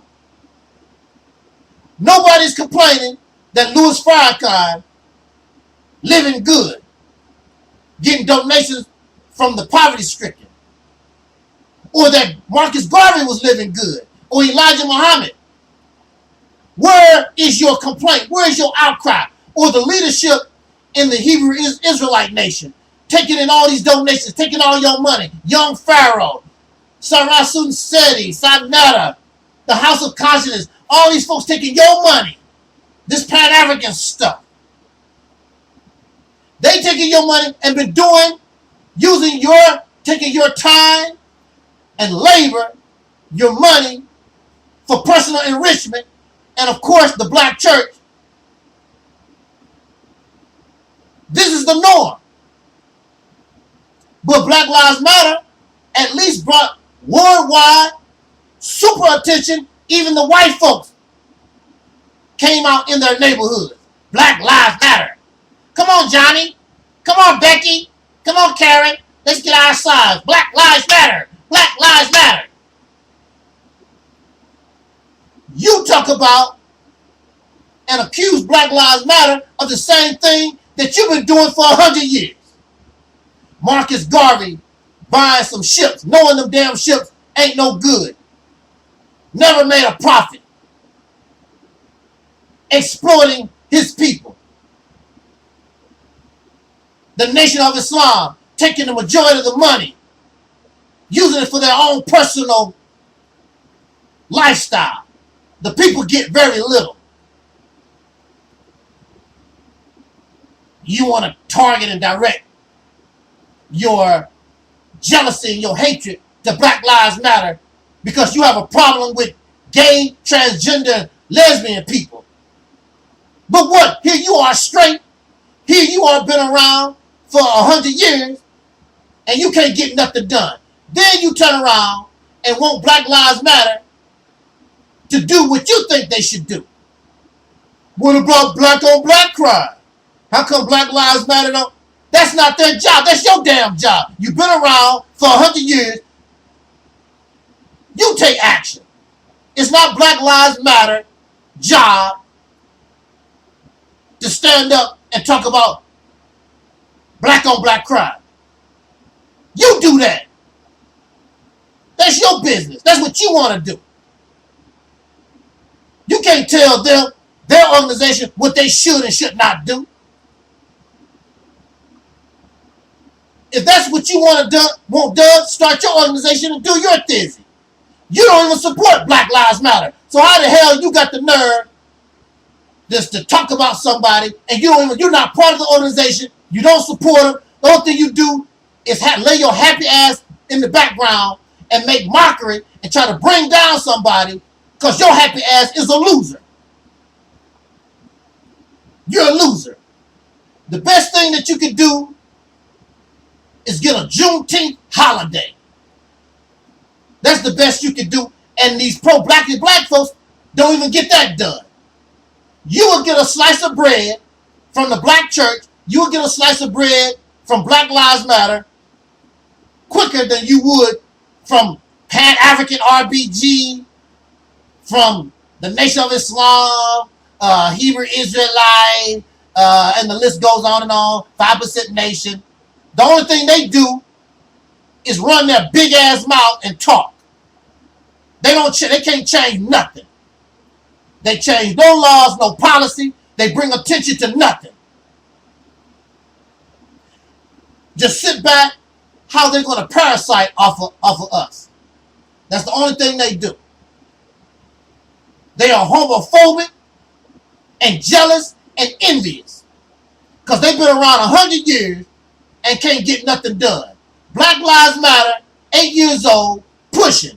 When they decide they want to do other things, they will be successful because they're not lazy and they know what to do. They're not incompetent like these pro-blackity black, unconscious blackity, whatever these bozos. It's jealousy and envy. Your red, black, and green don't mean a damn thing except incompetence and hatred.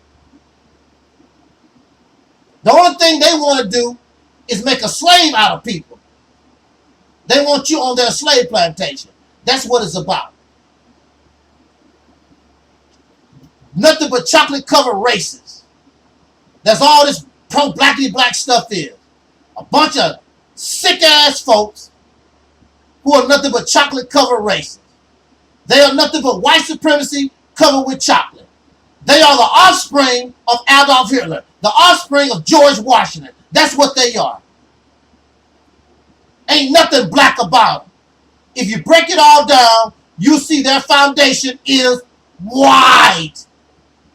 So black lives do not matter to them. That's why they don't do a damn thing for black folks except take and exploit us and trick us and deceive us. And they're incompetent. They don't even have a functioning lemonade stand. They can't get nothing together. So they're jealous of Black Lives Matter because Black Lives Matter in only 8 years made their mark all over the earth, including your Africa. And here you sit and can't do nothing.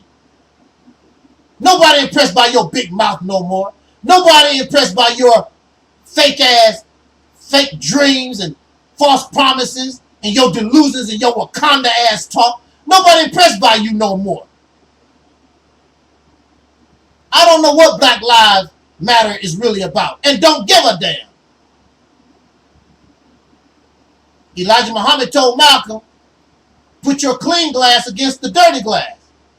It's simple as that. You pieces of trash don't have a glass. You're a bunch of losers trying to bring down people that really have come out here and taken care of business. They stealing money. Your ass steal money too. For 100 years, you stole money. So what? You can't. That's what they say, the pot calling the kettle black. In this case, Black Lives Matter. Trying to tell them what they should do with their organization. What about black on black crime? You deal with that. Black Lives Matter has always, to my knowledge, always been about bringing attention to police brutality. That's what they are about. If they want to deal with other things, that's their business. You want to talk about what about black on black crime? You do that. That's not their job. You've been around 100 years. If you want that done, you do it. You tell nobody else what they should and should not be doing in their house, with their money, with their bodies, with their voice. Nobody your damn slave. Nobody caring about what you talking about. I know I don't. So Black Lives, keep doing what you're doing. Mississippi Campaign, Operation Exodus, Mississippi. Keep rolling the way we need to roll.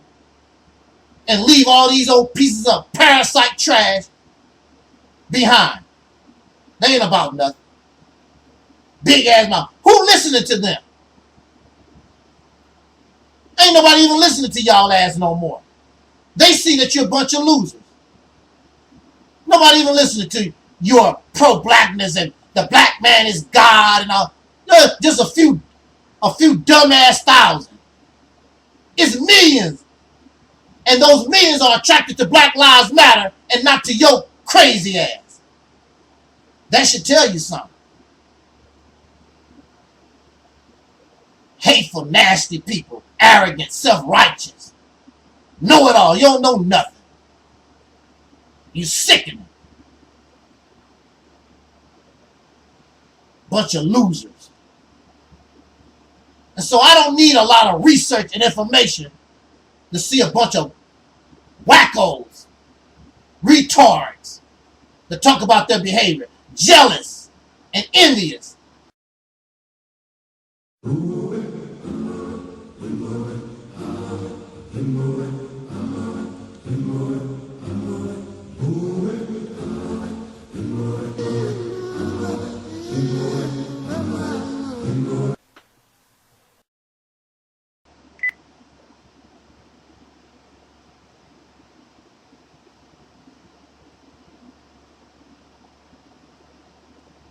In the name of my ancestors,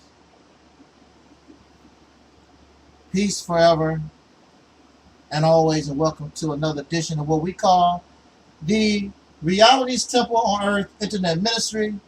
I am the gatekeeper or the host of this program, known here on social media. Wherever you may find me, I am known as the mighty Angelsnupnup7. I am your soul brother, number one. It really makes me sad. Almost want to cry. Because this thing they now call pro-black, this thing they now call black conscious scholarship, at one time it was only known as black power. At one time, the only thing black power was interested in was the liberation and the nationalization of us as a people. That was the primary purpose and top priority. But in recent times, it is about the conversion of us to an ideology and beliefs. It has been turned into a form of religion. Pro-black is a religion. It says here on this shirt, pro-black is not a cuss word, it's a freaking fact.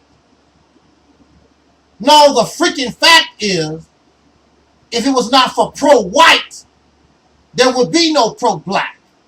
The reason why you're interested in your skin color is because your skin color was a target of discrimination. Your skin color was a target of hatred and mockery and murder. And so now, in a response to pro-white, I'm pro-black. I love myself. And I love anything related to black, whatever the hell that is. And we're confusing what is black, what the hell is black. And when you said pro, if I am pro-rat, that means I like rats. If I'm pro-chicken, I like chickens. If I'm pro-race car, I am pro race cars. All of them. I love chickens, I love rats, I love race cars.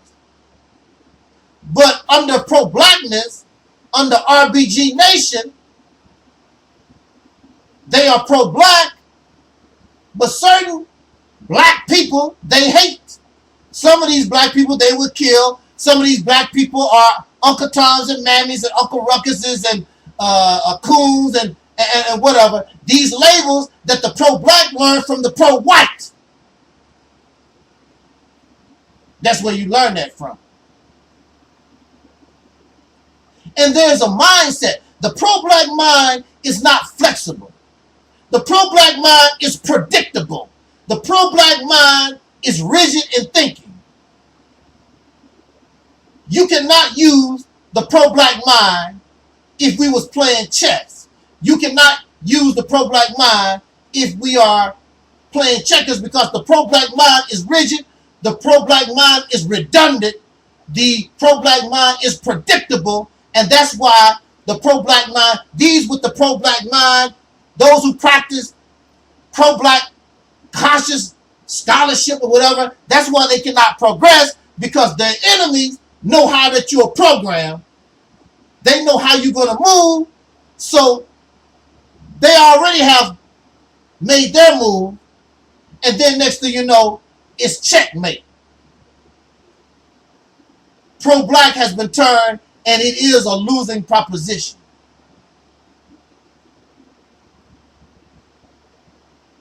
Nobody in the pro-black community, RBG Nation, anybody associated with this mindset, you never see them post videos about their accomplishments, their so-called success, because they have none. They can barely open up a lemonade stand. They have nothing.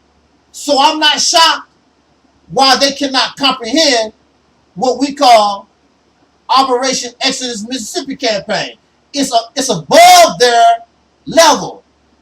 They cannot comprehend, because as much as they try, the best thing they could do is make a t-shirt or sell some shoes or some perfume. They cannot really establish nothing.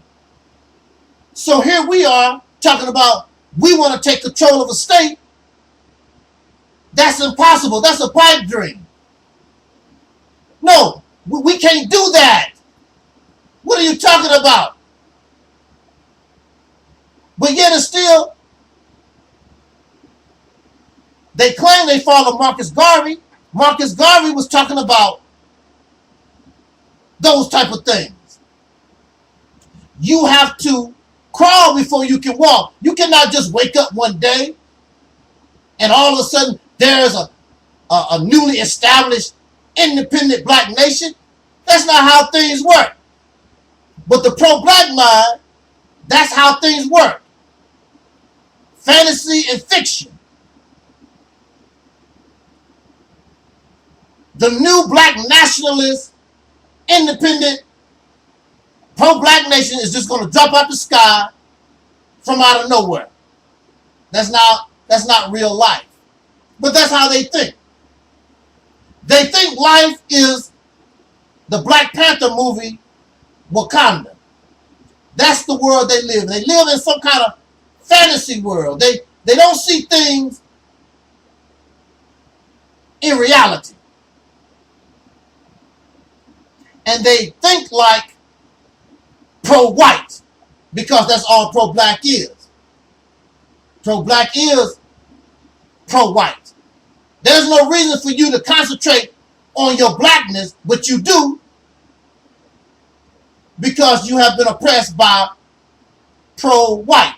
And you think if you do the opposite, trying to call yourself love black, which you don't, because when these people get angry, their true colors show. They really don't love the black like they claim. You see who they marry. They always fine and always end up with lighter skinned people. That lighter skinned person should be trying to find the blackest one they can. So after generations, the people turn very, very dark. But they don't. Because they really don't like. And they make mockery of your skin color and our features.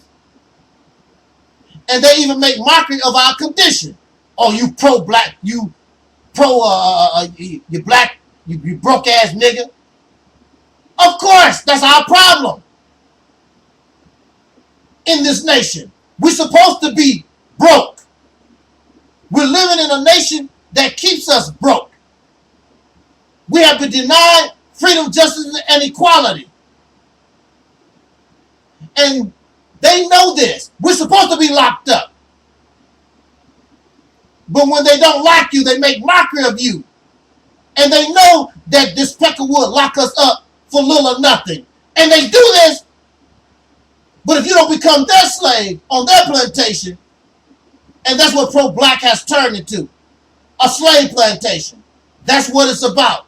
That's why they laugh at you when you go to prison. That's why they laugh at you when you don't have any money. That's why they laugh at you because you're doing bad. They laugh at you in your condition, but they claim they are fighting to get you out of the condition, yet instead they're making mockery of you being in the condition because they beg you and I for money so they can live comfortable in the oppression. Do you hate pro-blackness? I'm very disappointed. I'm very disappointed. And it's embarrassing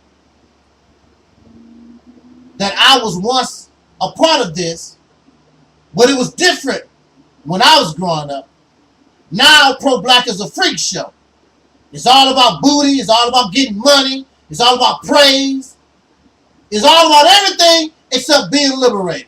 It's about everything except creating a independent nation. Pro-black should not have a problem with Operation Exodus Mississippi. But they do because the Mississippi campaign is real and the only thing they can do is run their mouth and talk. Because they're not really about that. They're not really about that. They are comfortable, feral, pro-black slaves. And they want you on their plantation. They're not interested in an independent nation. They're not interested about loving the people. Only certain people they can put on their slave plantation. That's what it's about. Black power was not about that when I was growing up. Black power did not run around talking about what you believe, calling people Uncle Tom. Well, actually, some of them did. Because clearly pro-blackness is divisionary. It's divisionary as religion because it has been turned into a religion. Pro-black should be about liberation. It's not. It's about religion. It's a form of religion. And about what kind of slaves can you get for your plantation. That's why I suggest to you to get on the soul train, leave this pro-blackness stuff alone, like our brother Neely Fuller Jr. said. It ain't necessary for you to run around, I'm black, pro-black, black. That's not necessary. We already know that. Get yourself liberated. Change your mindset. Get yourself out of that race garbage. That's what put you in the condition. What make you think it's going to get you out? It's a rigid thinking. It's not flexible. It offers no creativity or imagination or vision or give you a purpose. It's just entertainment. It's a road to nowhere.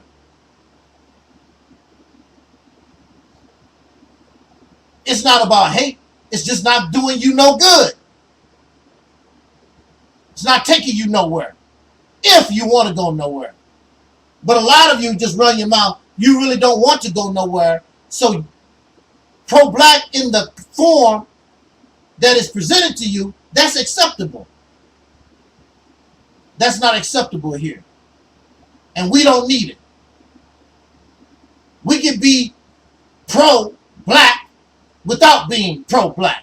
It's not necessary. We don't need to put on a show. We don't need a t-shirt.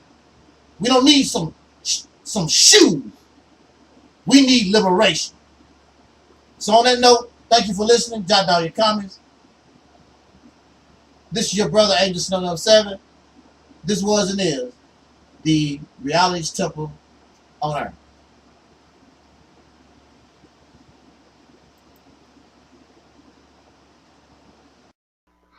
And that is Brother Taalik from the Reality Temples on Earth channel.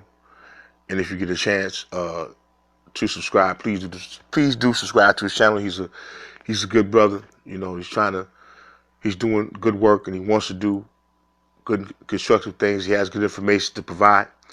So please do check out his channel if you get a chance. I stand for nature. I stand for anything that is right. I'm pro-righteous, not pro-black. I am pro-righteous and not pro-black.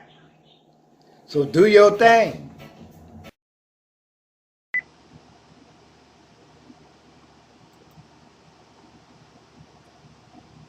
In the name of my ancestors, peace forever and always, and welcome to another edition of what we call the Reality's Temple on Earth Internet Ministry. I am the gatekeeper or the host of this program, known here on social media, wherever you may find me. I am known as the mighty Angelsnupnup7. I am your soul brother, number one. I have been on this platform called YouTube since 2007. And during that time, I have shared my ideology or my opinion or simply my conclusion in how I view things at a certain moment in time. I have been brave and bold to release to the public some of my personal life that is none of your damn business. It's not. It's none of your damn business. But I have done that. I have shared. I hope none of you took that in a disrespectful manner, because I was saying that in fun. None of your damn business. I'm just saying it in fun. To those who are my friends, to those who are my supporters. But I mean it in a different way. To those who are my enemies that I've done nothing to. I've done nothing to them.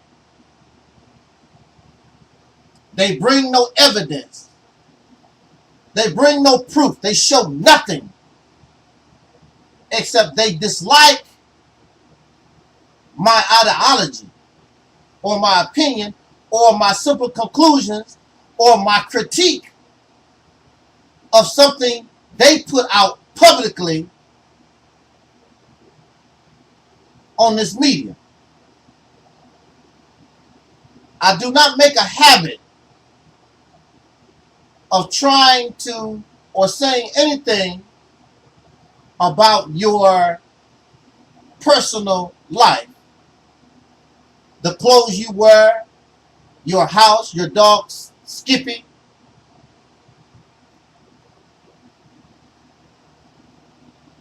I do not talk about those things. But you have those who have no integrity, no character, and their position is weak. Anything they see, anything they hear, they will try to use that in a pathetic attempt to destroy that which is better than them, that they're actually jealous. Or, as in this case, they believe they can say or do anything to you, and you're supposed to just take it and cry.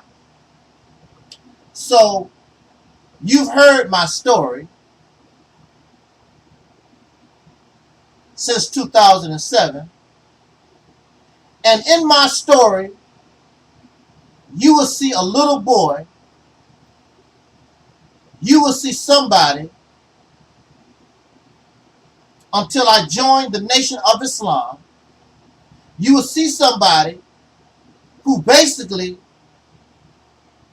was a coward, was always running from somebody. I was running away from a dog. I was running away from a pigeon. I was always running. I was bullied for years. Scared. Always running. Run, Forrest, run. Run, Forrest, run.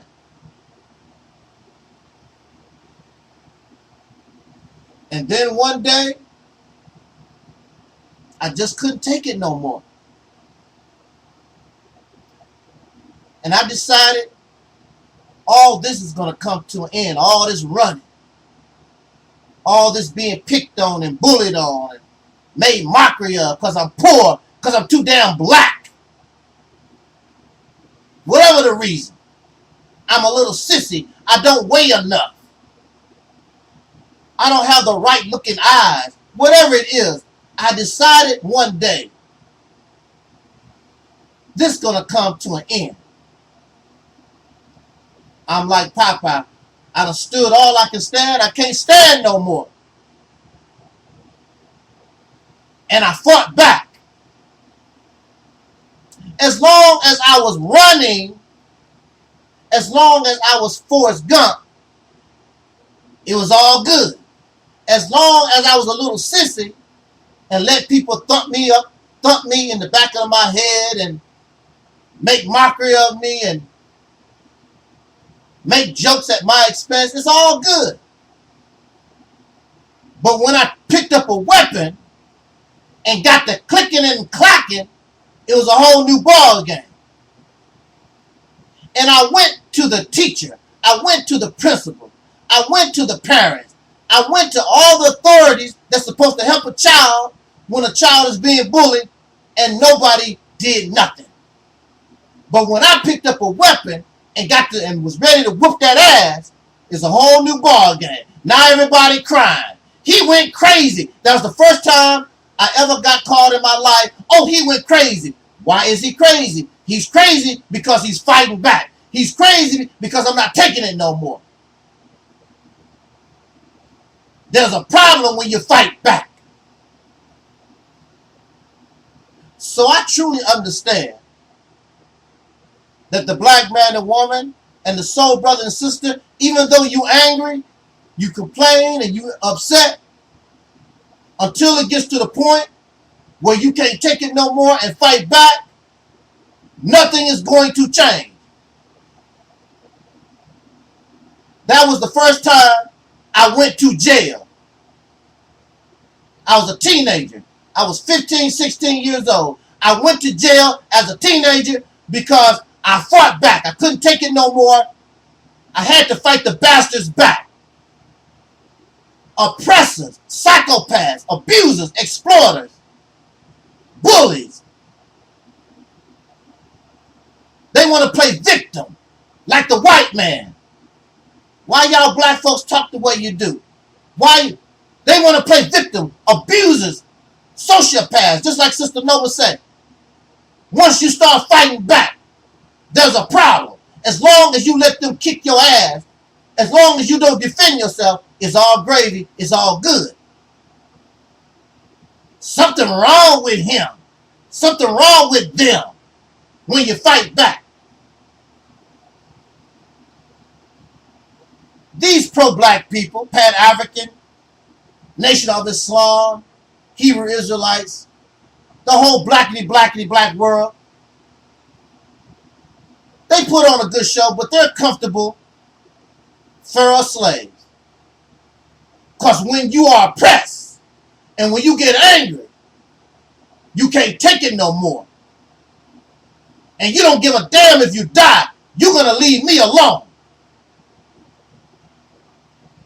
So you have also these pieces of trash. You have the vicious cyber troll Alquan. And I went back and forth trying to have some type of relationship with this troll.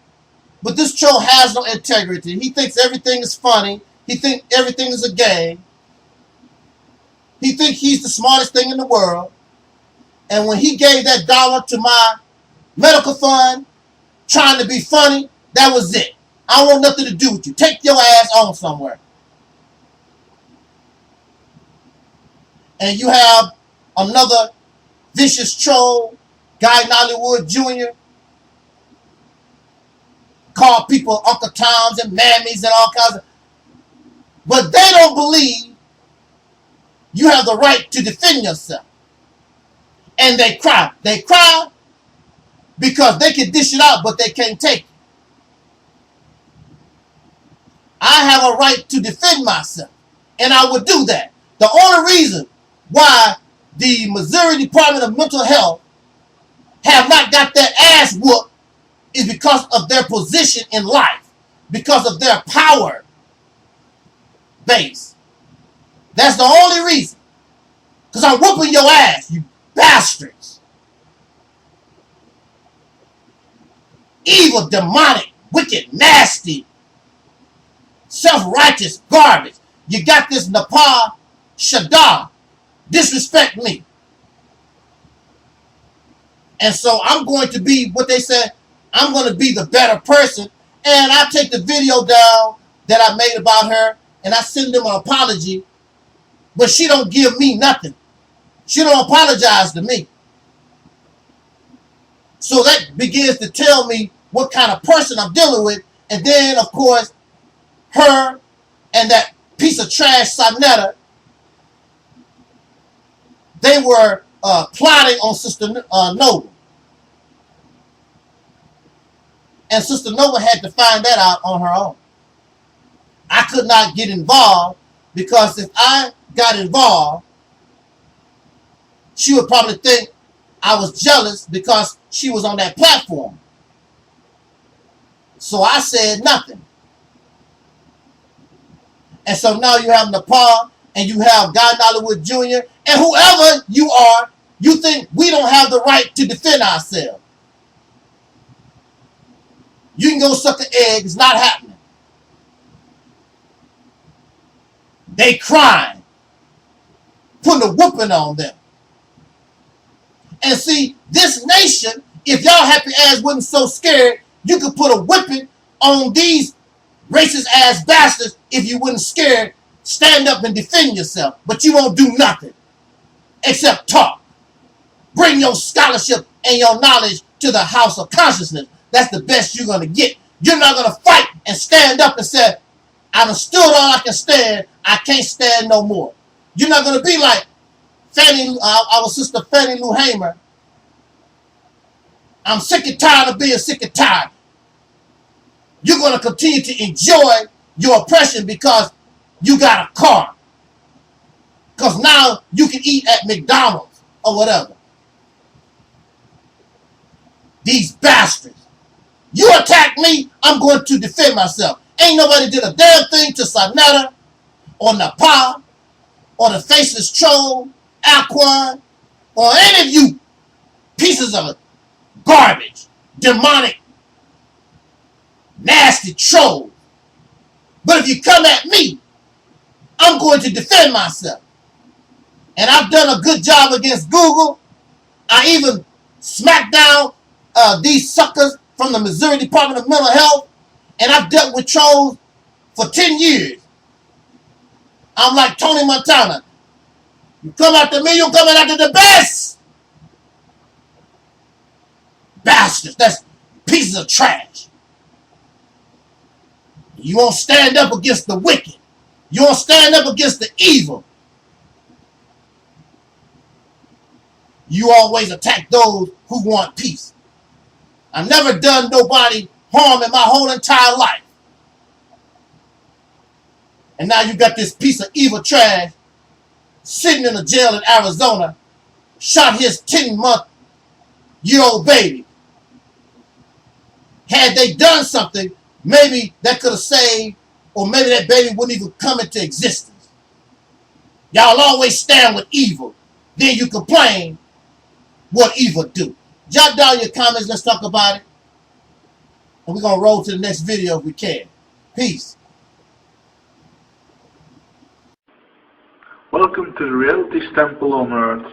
My name is Jeroen, and I would like to say that Angelsnupnup7 isn't a racist at all. He's a good friend, and I owe him a lot of support, and I would like to say that we have one common goal, and that is psychiatry is worst scam on earth, okay? Dragon Manifest. Welcome to the RealitysTemple on Earth, Dragon Manifest.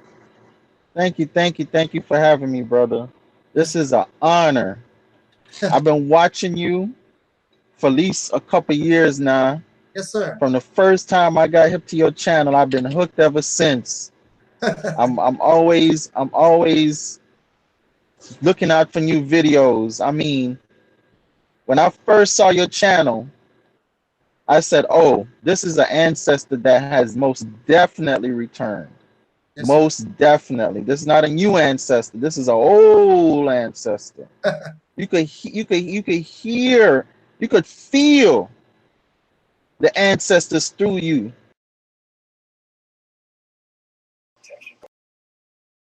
Petitioner Jean Franklin is seeking a restraining order against her former roommate. She claims the respondent has been threatening her and stealing her mail. But respondent Latanya Livingston says that the petitioner owes her money and that she's only Alrighty then.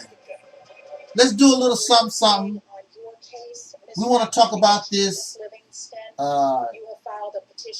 yellow big-head Negro. Reginald Wilbur Jr., a.k.a. Guy Nollywood Jr., Pan-African sewer rat, piece of trash, cyber-stalking, troll.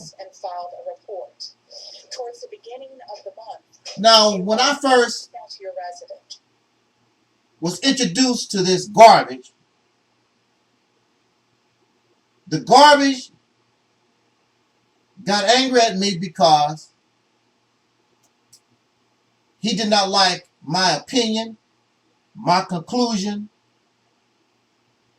about Kemetic teachings in Africa and Pan-Africanism and all that type of stuff. That's a personal problem. You cannot make me. You're not going to force me. You're not going to bully me. There's nothing that you say can make me embrace your Pan-Africanism, Kemetic garbage. Been there, done that. I know about it. The main thing here is not only him, but many with this mindset try to bully people into acceptance of their belief system. Then they turn to childish name calling that they learn from their white massa, Coon, Sambo, Uncle Ruckus, or whatever. It all comes from the Peckerwood, their massa. They or these are nothing but chocolate-covered racists in training. They're nothing but the Peckerwood with blackface.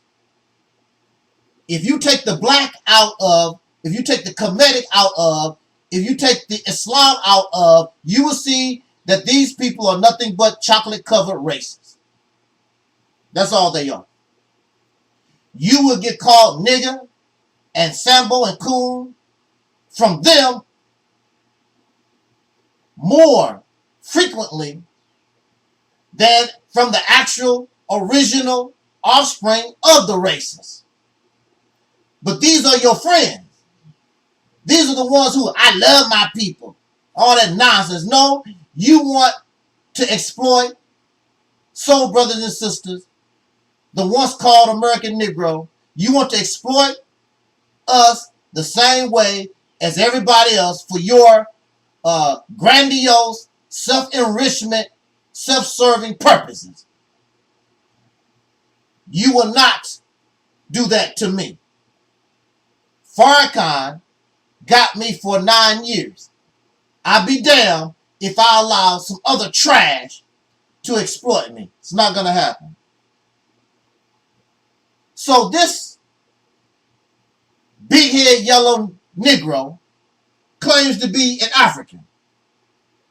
And this big-head yellow Negro gets angry because others do not want to join his Pan-African slave plantation. Now, we have a few questions we need to answer. He's an African. Now, simply based on physical features, please show us what African does he look like? This big head, yellow fraudster. What African? Is he from the Congo? Now, he claims that his mother took a DNA test or whatever, and she comes from Angola, got some type of connection to Angola. And his father, I don't know, whatever. But he never shows actual relatives from Angola or nowhere in Africa. No specific records. When you go to the dog pound and you get a mixed breed dog, that dog has roots. It has, well, not root. Well, actually, I don't know exactly how you would say it, but it has connection to the Chihuahua or to the Basset Hound or the Great Dane or the Saint Bernard or the German Shepherd or Chinese Chow or whatever. It has a connection to whatever it is in this bloodline, but that mixed breed dog is none of them. It's a mixed breed dog, and it has the characteristics, and it will show the characteristics. It will show the physical appearances and the behaviors of the dogs that it is mixed with. Here you have this man, and I say that lightly, this person claiming to be some African, but clearly he does not look like nobody on the continent. I have not seen, have you seen any tribe of people that look like him on the African continent? Talk soul to me. Like Eric Muhammad said, talk black to me. What African people on the continent, in Angola or anywhere else, do you see look like him? He looks more like an Arab person. That's what he looks more like. He talks melanin, but don't have none. What African do you look like, sir? Who are your relatives? So just like the mixed breed dog, you might have traces of Angola or some other African type people, but that's not you, because if that was you, you could tell us your specific relatives. Just like in America, you can point to your actual living biological relatives in America. You can't do that in Africa. Nobody in Africa is going to come out and say, hey, we are related to this Reginald Wilbur Jr. guy in America. It's not happening. Nobody in Africa is coming out trying to claim these American once called Negroes, these ADOs, or whatever you want to call yourself. You're doing everything in your power to try to claim somebody in Africa. They are not going out of their way. They're not taking DNA tests. They're not making no attempt to try to claim you. And you look dumb and stupid going all out your way when these people clearly don't give a damn about you. But see, you have a narrative you're trying to sell, and they're not even going along with your narrative. You've turned African DNA, you've turned Kemetic history, you turn all this into a religion. This is something that you believe. And that's all it is. It's a belief. It's not reality. What African people look like this big-head yellow Negro, this Pan-African sewer rat, this liar, this cyber stalker, this troll. Please send me a picture of African people, any tribe, any nation, where the people look like him. He's a mulatto. He's a hybrid. He's a genetic mutation. He's a descendant of those who became genetic modified from the slave plantation. You don't want to hear that? I'm sorry that you can't take the truth, but that's the reality, and that's why what you're talking about is a belief. Now, this big head yellow Negro goes ahead and he talks about he's going to go to Africa. You can go to China, you can go to Indonesia, you can go to Malaysia, you can go to any continent, you can go anywhere that you want. That does not make you an African. You can take a mixed breed dog that look like a German Shepherd, a pure German Shepherd, but that mixed breed dog is still a mulatto. That mixed breed dog is not a purebred German Shepherd. The talking point from these Pan-African type people, whatever, they talking like they are purebred. You're not purebred. Just like Frederick Douglass said or stated, the American once called Negro is a brand new, unique people that was created on the slave plantation. They are not African. They are not Aboriginal. They are their own unique breed. Native, because this is where they was created, right here in North America. And you can go anywhere you want to. That's not going to change. And they always talk about going to Africa. None of them, very few of them, going to Africa. They are going to die right here where they was born and bred, right here in the United States of America. The United Snakes of America. That's all a show. It's all entertainment. It's all religion. It's all Barnum and Bailey. They're not real. It's very easy. You don't have to have money. People come to America all the time, don't have a dime in their pocket. If you really wanted to go to Africa or wherever the hell you want to go, get your ass up, pack your bags, and leave. It's not that serious. It's not that important. You're putting on a show. You don't want to leave clean running water. You don't want to leave YouTube. You don't want to leave all the fantastical, beautiful things that's provided by America. And even if you go to Africa, you're going to go to a place in Africa that remind you of America because you are American. It's simple as that. And you are a con and a scam artist trying to sell your lies, your fairy tales, and your beliefs to brothers and sisters. They know in their heart they're not no damn African. We don't know nothing about no Africa. We are generations removed, and we are a brand new, unique, hybrid, mixed people, whether we like it or not. And I love it myself. I accept my own.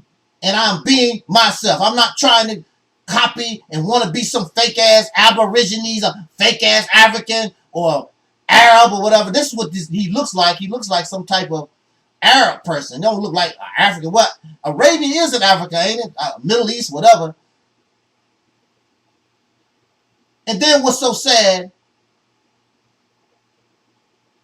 this guy claims to inspire Sister Nova to write her book. He has no evidence to show he writes anything. He barely can make a YouTube video, but he's supposed to inspire people to write books. Sister Nova plagiarized his work. He has no books. He has no articles. He has nothing in written form at all.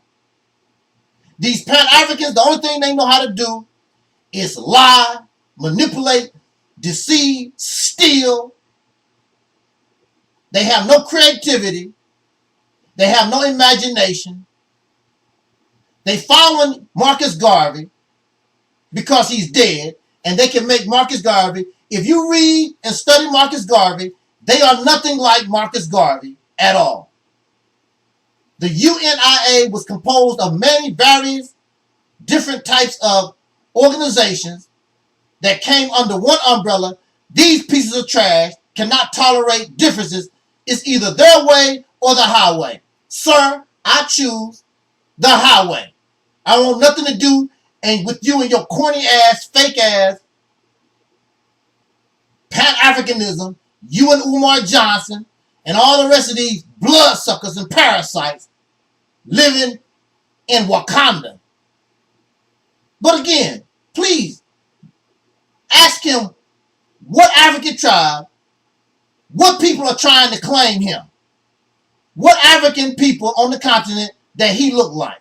None. He's just a big head, yellow, African American Negro. That's what you are. Living in delusion. We're talking about not falling into the teacher trap, not falling into the website trap. So today, what teachers can you learn from? We just told you that the Akawu tells you that we're all a great teacher at the same time. So who are you going to learn from? You're going to learn from brothers like Sa Neter. You're going to learn the positives and negatives from brothers like Sa Neter. You're going to learn the positives and negatives of people like Brother Polite. The positives and negatives of people like Sarah Sutanseti. You're going to learn from Maurice Muhammad, Taalik Ibn'rad. You're going to learn from Nettercat. You're going to learn. You definitely going to learn from King Noble. You definitely going to learn a little something from Brother Daku. We want to make sure that we're not just working to be first, but we're working to be right. A lot of times there are situations when things are just happening so fast. It's always important to be fast, but we always want to be right. By Brother Angelsnupnup7 at the RealitysTemple. And to give props to him, because I listened to all of Angelsnupnup7's videos. I think that he comes from a different angle. And there's a powerful message in a lot of the videos that he put out, and I try to catch all of them. I look at him as a free thinker and a person that's willing to challenge those of which he don't agree with or which he may think differently from, and I really respect him for that. He's challenged KNBS, and he has also challenged the black supremacy movement as well. And I have nothing against that, because that which cannot be challenged cannot stand and will not stand and will not survive the test of time. How many challenges we can withstand will determine how long we will be able to stand. I keep it real. What dear? Because I keeps it real like that. I keeps it real. Free your mind. I do want to say something right now. There is a YouTuber who has really got in my heart, and that is Angelsnupnup7. He reminds me a lot of my father. But Angelsnupnup7 made a video recently speaking about how we need to band with black leaders. I don't care if they're not doing everything perfect. I don't care that we don't like certain things they do. They're the only support we have. Nobody else is stepping up and willing to be on the front lines like they are. And Angelsnupnup7 was correct, and I want to thank him for that, because he may not have been directed towards me, but he may have been. But I heard what he said, and I want to thank you for that, teacher. I appreciate that. We have to band with people. even though I do critique and I do make comments about what's going on with the black gender war, I don't hate black men. Like I just mentioned, Angelsnupnup7 has gotten my heart. He's like my teacher, a mentor to me. I love him. And there are others that I love as well that I do listen to, and I do. Last Man Standing is another one. You know, he don't comment much, but I know he's watching. And there are others that I admire them, and those are the ones you can work with. Those are the ones that you can, we can unify with. Those are just, you know, subjective. But when you have laws and things on paper that say, if you do this, we're going to punish you by incarcerating you, and you break them, and you're dumb enough to get caught, then you're just dumb. All right, all right. Shout out to RealitysTemple in the building. Well, just for myself, I got to get him on here, man. You talk about somebody polarizing. Whoa. that brother is, I'll leave that alone. Shout out to the brother, though. Just